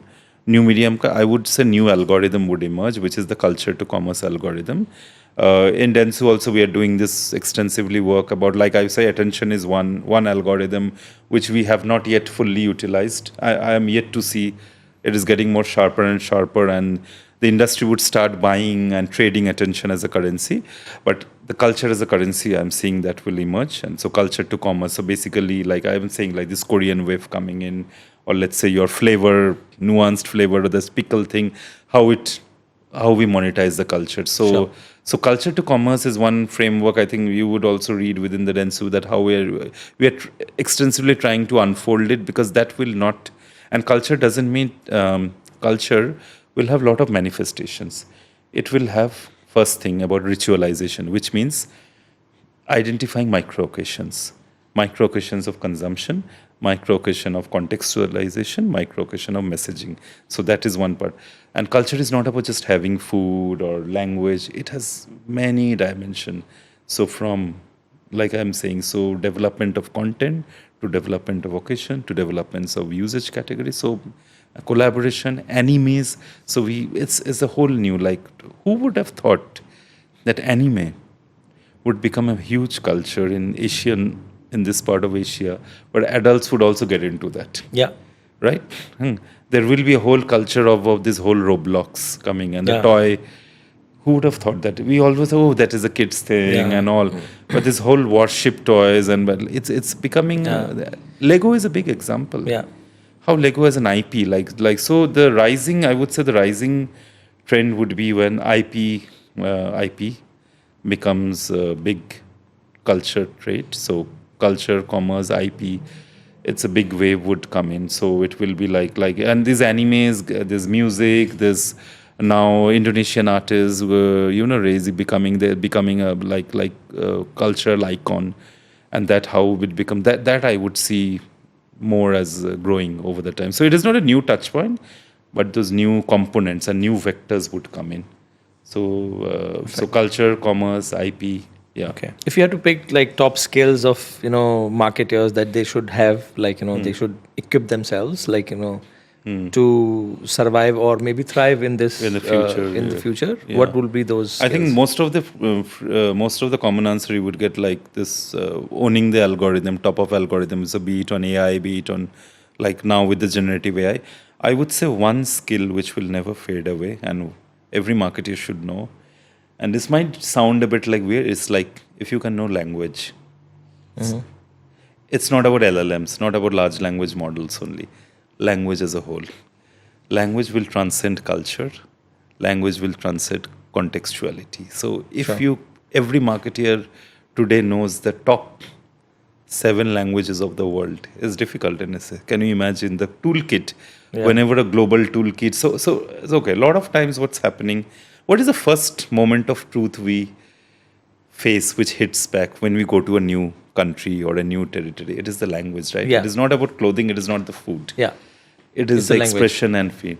We are in the communication industry, and what we don't hone is we don't give an effort to learn the language. We look for standardization. Yeah. Right? When even talk about same the global toolkit, whatever global toolkit happened, what is one of the biggest failure what used to happen, the biggest campaigns internationally, we used to dub and run in the local markets. So dubbing was the easiest form, again, a smart but not hardware, a very smart form of advertising, which has worked till certain point. Today it will not work. Today dubbing will not work in a way. So any globals today, a lot of this Chinese brands going out. Today, Indonesian brands going out. Vietnamese brands launching in Indonesia, launching in Philippines. India Philippines as well. brand Winfast is Winfast also. is launched, right? India. Indonesian brand Mayora and all launched in India, right? And taking this Amitabh Bachchan, The first thing, what was the connective way? They're saying Bollywood, Hindi movies. What came first? It is the language. It's the language, yes. So, that's a very interesting take, yeah, actually. so I think if some marketer can learn like the top 6, 7 languages today, how do we know the East European can be a hub or a Bangladesh can be? You never know what can be a hub tomorrow. Huh? Yeah. It might not be Latin America or those are people know. But, and there cannot be an algorithm or AI can help on that, Marketing expression and all, a marketer needs to think that if they know the language well. And that's why I'm glad like today Mandarin is taught in many schools and all, because if China becomes the Winforce and Chinese, can you imagine a person who would know that? It is such a beautiful way, like a marketer who would know 3 languages and know how to land in China, the right messaging. No algorithm, no translator, no Duolingo can help, and that toolkit. Yeah, that because language intercept is a very different way. You would agree that growing up in India, like we are trained and taught 3 language minimum. Yeah. One is the local language of our mother. One is our mother tongue, local language, Hindi kind of, and English. Yeah. All 3 we were taught, and it was never intertranslatable. Yeah. We were taught 3 different literatures. We were taught 3 different expression of the word. It always helped in that. Yeah. So now when we got into, and that is my first moment of truth on advertising when I came, and when I saw like this dubbing or this channel wise, it is then I saw this dubbing piece is like such a very shortcut and a very lazy way of doing it. So I would say that is one skill. And yes, if you can translate to large language model, the tech language, it is all the well. But I'm talking again rooted back to culture, because when I'm talking human truth, culture will never erode away. Tech will keep changing. Sure. But human, the way you communicate with your audience will change, but the core essence is going to be the language. See, education will culture. increase. People might be learning more English tomorrow. Okay. Chinese people will speak more English. Indonesian people will speak more. That doesn't matter. But the core language will not change, right?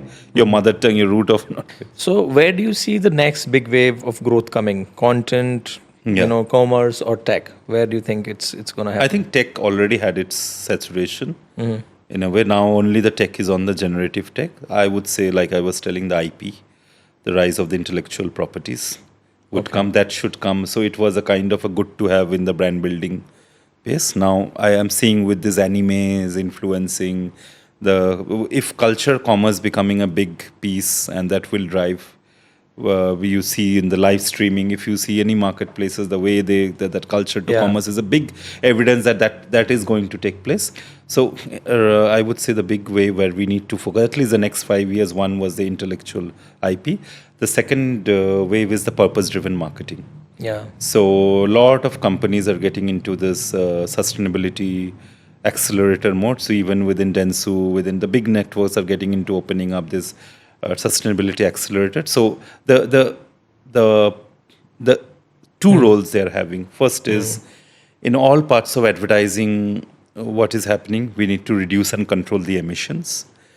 So we have to find, we are working with various companies, Scope 3 and the other, to get into this calculator, because digital advertising is also very high wastage of when it comes to carbon. It's a huge carbon footprint. Yeah. So that's also one. The second is like the purpose-driven marketing coming back in a whole way. And purpose-driven marketing is not about doing a one day for change in an office and doing a plantation in mangrove. No, that is not about it. Or going to the Red Cross and, or just throw out a campaign of save the tiger or save the crocodile.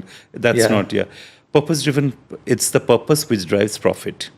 So it is not a charitable way. Yeah. Because for a long time, many companies, when it comes to the narrative has been landed that purpose-driven marketing needs to be a CSR, and if rarely it has been done, and I think Japan as a country is doing great stuff on that. Like really, that when purpose becomes your core, let's say if I'm an edutech company, education tech, and my purpose is like I need to drive education for all, and education for all in education overall, not at the free, but that is my mission of the company. Then I manifest my different marketing execution, different company execution there. And that becomes my business strategy. So that articulation of purpose, it is taking time, but it is coming to. So every company, every agency is driving that, like what is the and those are whatever the purpose, it needs to sustain over the time. So that's why we are calling this as the sustainability accelerator arm. So let's say fintech companies today. We have multiple clients on the banking, Mandiri, BCR. One of the fintech's mission was like, finance literacy for all. That is a purpose. Mm-hmm. Finance literacy through the app, it is not about like opening a free bank. No, it is not about that.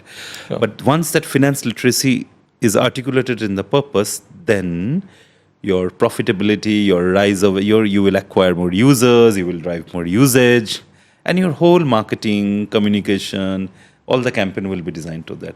Sure. That piece is becoming very important, that whole thing of sustainable. And it will be sustainable. So drive some purpose which will give you the incremental ROI over the years. Yeah. And the other I say about the IP piece. So these two will be the next watch out. Do you think Indonesia's ed ecosystem is, innovating fast enough to, according to the global standards? I would say during the year 2014, I'm here, like I said, since 2012, and in between I was in China, and then again I came back. So when I went to China in 2017, and when I came back in 2020, it really skyrocketed. Okay. The way of digitization, yeah, that surprised me, because the whole thing of e-wallet payment and the open it like I really did not feel a loss of translation when I came from China, because I could make the payment. And that's a very fast market. Yes. When I went there, it was like completely like in my hotel, like robot came and served my coffee, and so when I came back, that was 10 years ago.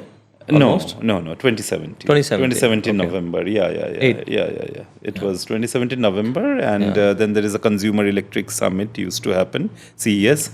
Then I saw like what future was that 5G technology and all. Yeah. When I came back, and it was not very long in China. I was there like a little more than 2 years. When I came back, I just saw in 2 years Indonesia's massive upgrade. Yeah, and in COVID time, it was also going. What I'm seeing last 3 years, it slowed down quite a bit. So it has huge potential, but in the last 3 years, it has slowed down because the macro has changed quite a bit. The shoppers' buying frequency has come down. The people consumerism has slowed down a bit because the price increase happened. The export and the raw material price hit up, and the consumer price, like the product's price grew up, which affected the consumer purchase. So what they used to buy, let's say 2 products in 18 months cycle, now they're buying, let's say 1 product in 18 months, and the 1 product they're buying, they're down trading. So huge down trading happened, which has affected a lot of expenditure level, and the marketing spends, advertising spends slowed down a bit. So that's what I would say. It was there before. It has huge potential. It was skyrocketing. It has slowed down. And I'm hoping 2026 onwards, it will get to the speed back. Because this market has potential. Suddenly Vietnam became super fast and Vietnam really caught up. Yeah. In the way when Indonesia slowed down and Vietnam really caught up in a way, the brands going outward, left, right, and center, across. Yeah. So that's why. So Indonesia has a potential. It has the potential of creating the best world-class studies and all. It's just a matter of time. It needs to recover. Yeah. Speaking of Dentsu, Yeah. do you think, can you name few attributes that Dentsu carries in its DNA that sets the agency apart from the rest? Question, and glad you asked that, because one question you asked, like where does the audience understanding go wrong? Yeah.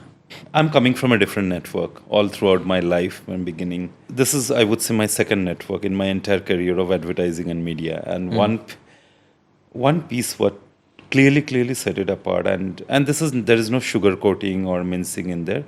This audience, Dentsu understands audience like no other. Now, how? We have our own proprietary panel. No agency hosts a proprietary panel. We call that a CCS, Consumer Connection System. And in other part of the world, it's also like it is supported by a tech stack, Mercury. This consumer connection system spans across 82 cities in Indonesia. Okay. So it is the largest and most vast and most deep, and it tracks consumer behavior, decision journey, 110 brands, 50 plus categories, 82 cities, including rural Indonesia. No research has done till rural Indonesia so far. And we have been maintaining this. Yeah. Yeah, Dentsu has been able to do that. Yes, we have been able to do that. We have our own first party. We have our own panel. No agency has been done that. And we are not a research company, by the way. Yeah. We are a marketing agency, a consulting, and we have our media creative. But we understand why we are saying we understand a consumer better. We subscribe to the other research. We work with Nielsen, we work with Kantar, we work with Roy Morgan and all, but we have our own way of understanding. We have our own panel. So we say that we are not always dependent to the secondary sources. Yeah. We corroborate the secondary sources learning to our own panel. Sure. And that has always been a very great source of truth. And we always put it out to our clients, our offering, that this is the great insights we have. We understand consumer like no other. And not only that, once we have our tech stack, can make those insights addressable. So we can convert actionable insights you can get. Yeah, so these insights become, and then we can extrapolate to all our, the platform, because this whole workflow is integrated in our CCS. And that's what we call something like Dentsu Connect. So from our client brief, when all the problems comes in, the CCS finally extracts the insight, and all these insights become addressable. So addressable in the sense like in which platform so let's say I'm a nutrition, my product is a nutrition oriented and I want to cater mom of this A, B, C kind of moms, and then what does that mean in platform? That these moms are interested in this is a demo. Sure. Then it becomes addressable, and then I get those numbers, and then I can track my campaigns, then I fire my campaigns, whatever. So this entire workflow is Dentsu Connect. And it is not an easy thing. Yeah. People would say, and it is not like in a PowerPoint I'm showing, okay, just on page. It is in a own workflow. So that is a Dentsu Connect. But this power engine of this CCS really fuels up. And and this is my revelation, because, like I said, this is my second network.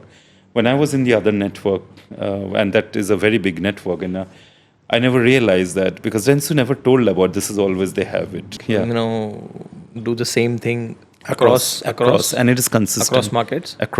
Like I was saying, it is consistent and it is continuous. Last 10 years it's been happening. Okay. It is just like the not leverage. Is this a conscious decision of the management that they don't speak about it as they're much? Now they're speaking, and they have seen. I don't know whether it was a conscious decision, but I think again, like the narrative, like I said, people thought that, it's an insights. What does that insight mean? It is just another insight tool. Yeah. But this conversion of this insight to an addressable signal and making a campaign, that actionability was not well narrated, I would say. And that did not come as a workflow, because many people, you have a panel, panel is very deep. But you talk about 2-3 things. How many panel covered in rural Indonesia? Zero. Sure. Nobody. How many covered 60 plus touch point? No. How many tracks that whole insight to a media touch point and track? Nobody. When you when you put this Yeah. provocation, then it becomes, then our client or brand, they become like, oh, okay. It becomes believable for them Then to- it becomes, okay, yeah, I haven't thought about it. Yeah. But then, so in my always pitch, so how you guys are different from Kantar? How you guys, they are research agency. We are not research agency. Yeah. Yeah. We are a solutions driven and we happen advertising. to Yeah. we happen to know your data better than you. Yeah, we happen to know because Yeah. we have invested in something Yeah. year on year Yeah. panel, and you can do any kind of recontact today. So we have our own panel. It is not that I have to rely on Nielsen will come, or I have to rely on Kanta. In our own panel, if you are my client, I can tweak anything and everything what you want. It is just that whole as a way of recontact. They might say, oh yeah, but it is a claimed and 60 plus touch point. Which survey is not claimed? You're doing your survey monkey, people are filling form. Yeah. Isn't that claimed? Yes. You're doing a BLS today. Yeah. Yeah, you're tracking. Isn't that claimed? So, Yeah. I mean, so I think again, people don't take an understanding to like really, again, a convenient way. Okay, insights, research, let's push in the show, But once you put like, okay, insights, addressability, action, and measurement all come in one piece, then that becomes a powerful. I think we took a long to realize, and right now we found that that's the sweet spot which comes around. Yeah, True. that way. Yeah. True. And the thing is, clients don't invest. Yeah. Clients don't invest in measurement. Earlier, when I started my career, client used to invest in understand. Now they leave it to the agency. Agency should invest. Agencies' margins are shrinking also. Clients are not paying. Yeah, earlier they used to pay. So that whole co-creation of learning, which used to be a client and agency, that is shrinking big time. Because clients don't want to, because either they don't have money or they want to move their marketing money to sales promotion, because that will give their own quick outcome, and they can show in their appraisal book, oh fine, I have done my brand turnaround and all. I don't. Yeah. So that co-creation thing rarely happens. Very rare I find this thing. So that's why when Dentsu is investing and it is trying to, we are telling, look, this is what we are investing. You make the best out of it. If you want to know, not everybody will have your holy grail of all answers. If you want, we can do that because it is our own panel. You can activate their own workflow. Sure. So yeah, it is not that we are dependent on, and we have integrated our Google reach curves, Meta reach curves. If you want as secondary sources, we can do all the validations. So it is not that is not there, we are putting it. It is just we get a better vector analysis. Okay, so that brings us to last couple of questions of the evening. So what is that one piece of advice that you want to give to the brands who are trying to navigate to this chaos of, having to deal with so much data? Like now that you mentioned that, there is a system that as an agency you have put in place. So what is that advice that you want to give? See, I don't think I am very qualified for an advice and all, because, to be... Yeah, I think everybody has their own learning learning journey. I am actually passionate about when it comes to data and analytics. I would also say to everyone that keep data as a kind of an engine and heart to everything in marketing we do. Assumptions are good, hypotheses are good. Always we should have that. If we lose assumption and hypothesis, we will kill advertising, we will kill creativity. But having said that,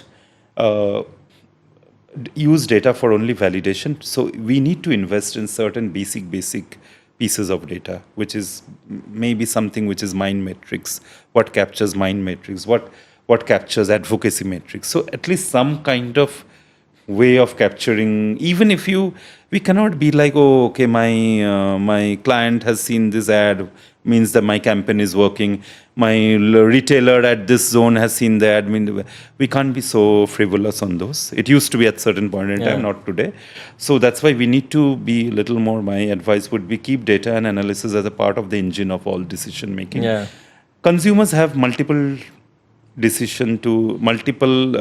consumers have this long decision to purchase and a short decision to purchase also, because like I say, if we can crack like at every decision point what is driving to the next step, that will be a very good way to understand. So let's understand the decision journey well.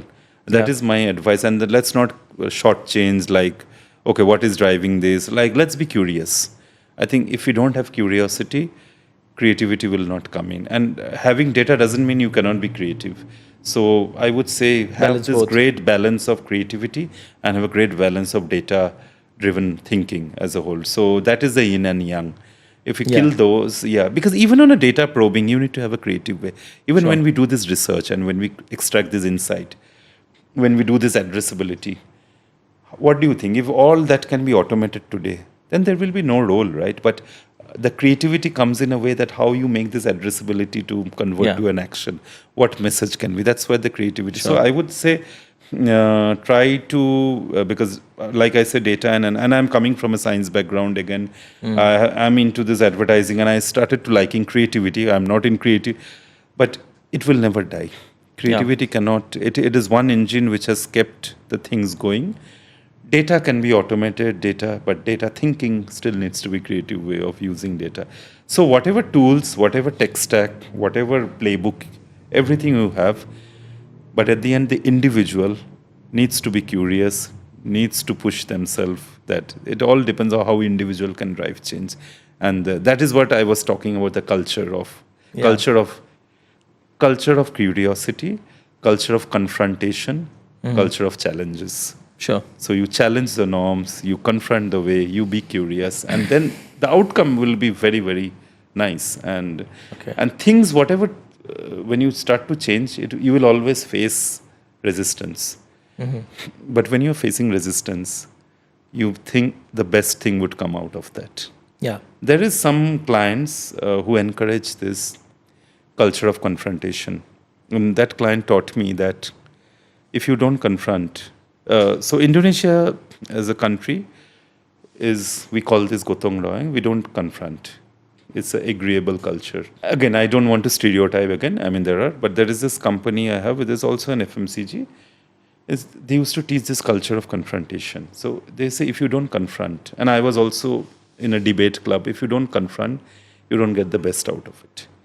Some part it is true, some part it also adds tension. Yeah. But like in India, it's too much of confrontation will never lead to a decision. So 1 hour discussion used to lend them to. So that's why you need to moderate in a way. It's healthy. It's good. It depends on what is the confrontation. If you want the best outcome, and if everybody is aligned to get the best output. So if somebody, a confrontation doesn't mean you have to upweight your ego. So let's say I have an idea one, I have an idea two. Idea two, person will say, no, your idea is like a bullshit, come. Then the thing comes in. It is a pyramid way. So that's what the client, and it is a very great way. And they used to simulate that in a workplace. Like, the people used to bring into the room, creative agencies, media agencies, retail, all they come, and all used to confront in a way to build up. And the outcome used to come very best. So I think that's also a way of challenge, provocation, whatever you call it. Yeah, that way. Okay, so you started as an intern in this industry, and now where you are today is quite commendable. Your journey has been amazing. You have, taken care of global markets. Still, you're doing that. So, what advice you would give to young media planners or young marketeers to actually climb the corporate ladder to be where you are today? So, what will be those attributes? Yeah, I would say this profession, you would hear a lot of this negative news about this profession. Advertising is dead, media.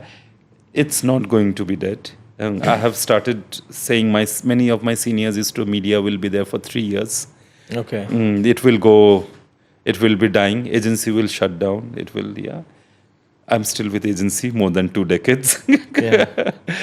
Agency will always evolve, and I think it is one of a very beautiful place where you're learning, always adapt. My advice would be never be curious, be hungry. Never always go for the shortcuts. Be smart, but don't fall into the trap of shortcuts, and keep the learning antenna rise, because I think it's a knowledge-driven industry. It is a knowledge-driven. So a knowledge, when you are more read, when you see more case study, you will always have you will wire your mind to be thinking ahead than the rest. And if you start thinking ahead, you can think ahead of solutions than your client, and the clients will start to follow you. So you can lead changes. It is all in your hand. It is up to you how you want to be. We often, so as a newcomer, when we are today, I would say, you are entering in the industry where generative AI at its peak. You have a tool which can brainstorm you. You have a co-pilot. You have your Gemini, which can brainstorm you for you, which can think ideas for life you. is You not have, as hard as it used to it's be. not as hard as it. What you can think is just fiddle around more, just be more curious, just find more and more information, and be that great tailor. The tailor. What does a tailor do? Tailor stitches the pieces of cloth beautiful and create that design. Be that beautiful craftsman.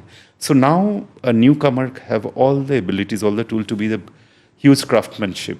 And the better craftsman you become, you will be ahead than your peers. And that's what I would say. You use generative AI, you use your systems, you use your automated workflow, you use your 5 playbooks, but you stitch it in your own way. And that's where your creativity would come. That's what. And for that, you need to be curious. You need to be a bit hardworking. You can be smart, but you need to have that hunger. You need to have that hunger. Yeah.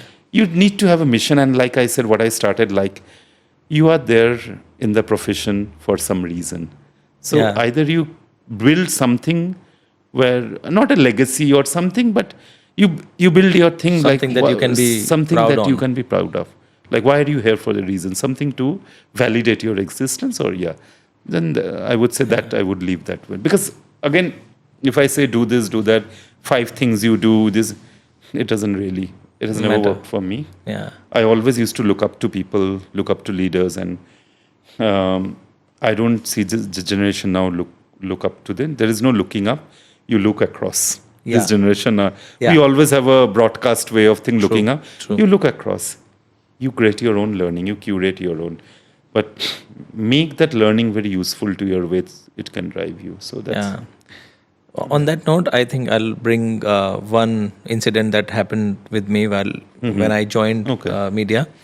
I was told by my manager, who happened to be the founder of the company. He said, when I don't go after money for at least for 5 years. At that moment, I thought, oh, okay. I mean, they don't want to pay me more. That's why he's saying that. But boy, he was right. I mean, he just said I had the same manager. Okay. So he told me that, work for 5 years with your head down. Learn as much as you can. Do not say no to new things as well. Take every opportunity that you get. Yes. And he was just bang on what he actually told me. In that moment, I might have felt that, this is just for their own good because they don't have to pay more. They don't pay more, But he was right. And so I think the narrative, what I give to my next, like the juniors, is like, I don't want to practice this. Don't look for money work. I don't want to sulk. I don't want them to sulk the way I still today sulk. Okay, people told me 5 years. It went to 10 years. I was still one of the lowest paid. And I still have those memories, and I still, and it will never get corrected after. I don't encourage that nowadays. So I say that whatever justified money you do, but you do, again, coming with the reason. You learn more, you get smarter more, you get curate, earn your stripes on that. Yeah. You don't need to wait for, maybe from level 1 to level 2, it takes 5 years. Can you go there in 2.5 years? And can you go to level, show evidence? Make work speaks for you. Make your case, show evidence. You got all the ammunitions now. Nobody's shortchanging your pay. You ask for it. You ask for your pound of flesh. Yes. You commit from your own. Okay, if I bring so many extra dollars from the company by this, you take the thing, you incentivize yourself. So you can design these incentives. These conversations were not there during my time. My managers did not say that, you do it in your way. We were just saying, no, don't think about this. This is the company. This is my appraisal. This is your learning time. And to be honest, there was no much, we submitted to that generation. Today, there is nothing learning time. You have all the platforms. You have all the online modules you have. So learning time is fine. I need to do action time. It's all happened. Yes. If my solution brings me additional dollars to the company, I want my pound of flesh. So I tell my juniors, you will do that. Show the evidence. Show your worth. And you will be there. And that is the guarantee. And that helps them to progress. Now what happens somebody who is ambitious, they want to do many things and then go, then they get bored out, fatigue. Then my challenge as a manager is to how I can create my new opportunities, create a new excitement for them. That's and that is hard, but that is also a growing up of a manager. Like that is the thing. Like you need to inspire your generations in a way, not through, but by these real tangible solutions. And again, and I think that culture is good. If you, Okay. But that I don't think our time, that 4 years, 5 years you work, because even there used to be a time called free internship during my time. You just work for 1 year, you don't ask for money. 1 year? No, I worked for wow. You did that? Yeah.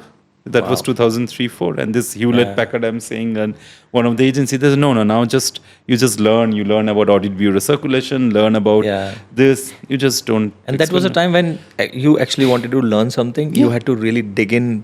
I wanted to get inside this industry, I wanted to get inside this whole scheme of things, and I did not mind, even a transport fee was not paid. That point in time, and I'm coming from a very, very middle class here. It is not that nowadays. Even the industry people who comes, they have their finance sorted. I haven't seen in Indonesia this people coming out like all comes. Even the junior comes with this car. Their finance are sorted. So I don't. Now that gives me a big ticking. So they are not working for purely for money. They're working for a different motivation, different purpose, different maybe a side job. Can be. They might be opening up their own business, they want to learn the skill. So all dimensions are there today. They might want to be an influencer or creator, but they are learning the skill of the algorithm there. Sure. Having said that, whatever the purpose is, everybody is here for that reason again. Whenever you're here, whatever, make best use of it and try to put it, you monetize it, but you be an agent of change, an agent of growth, and then you can ask for your pound of flesh. That way. With that, I mean, it was truly an insightful session. I hope that the audience likes it and, gives a thumbs up on this video. Thank you so much for your time, Arindam. It was really, really insightful. And thank you, and I really enjoyed the conversation and your anecdotes, and thank you so much for having me here.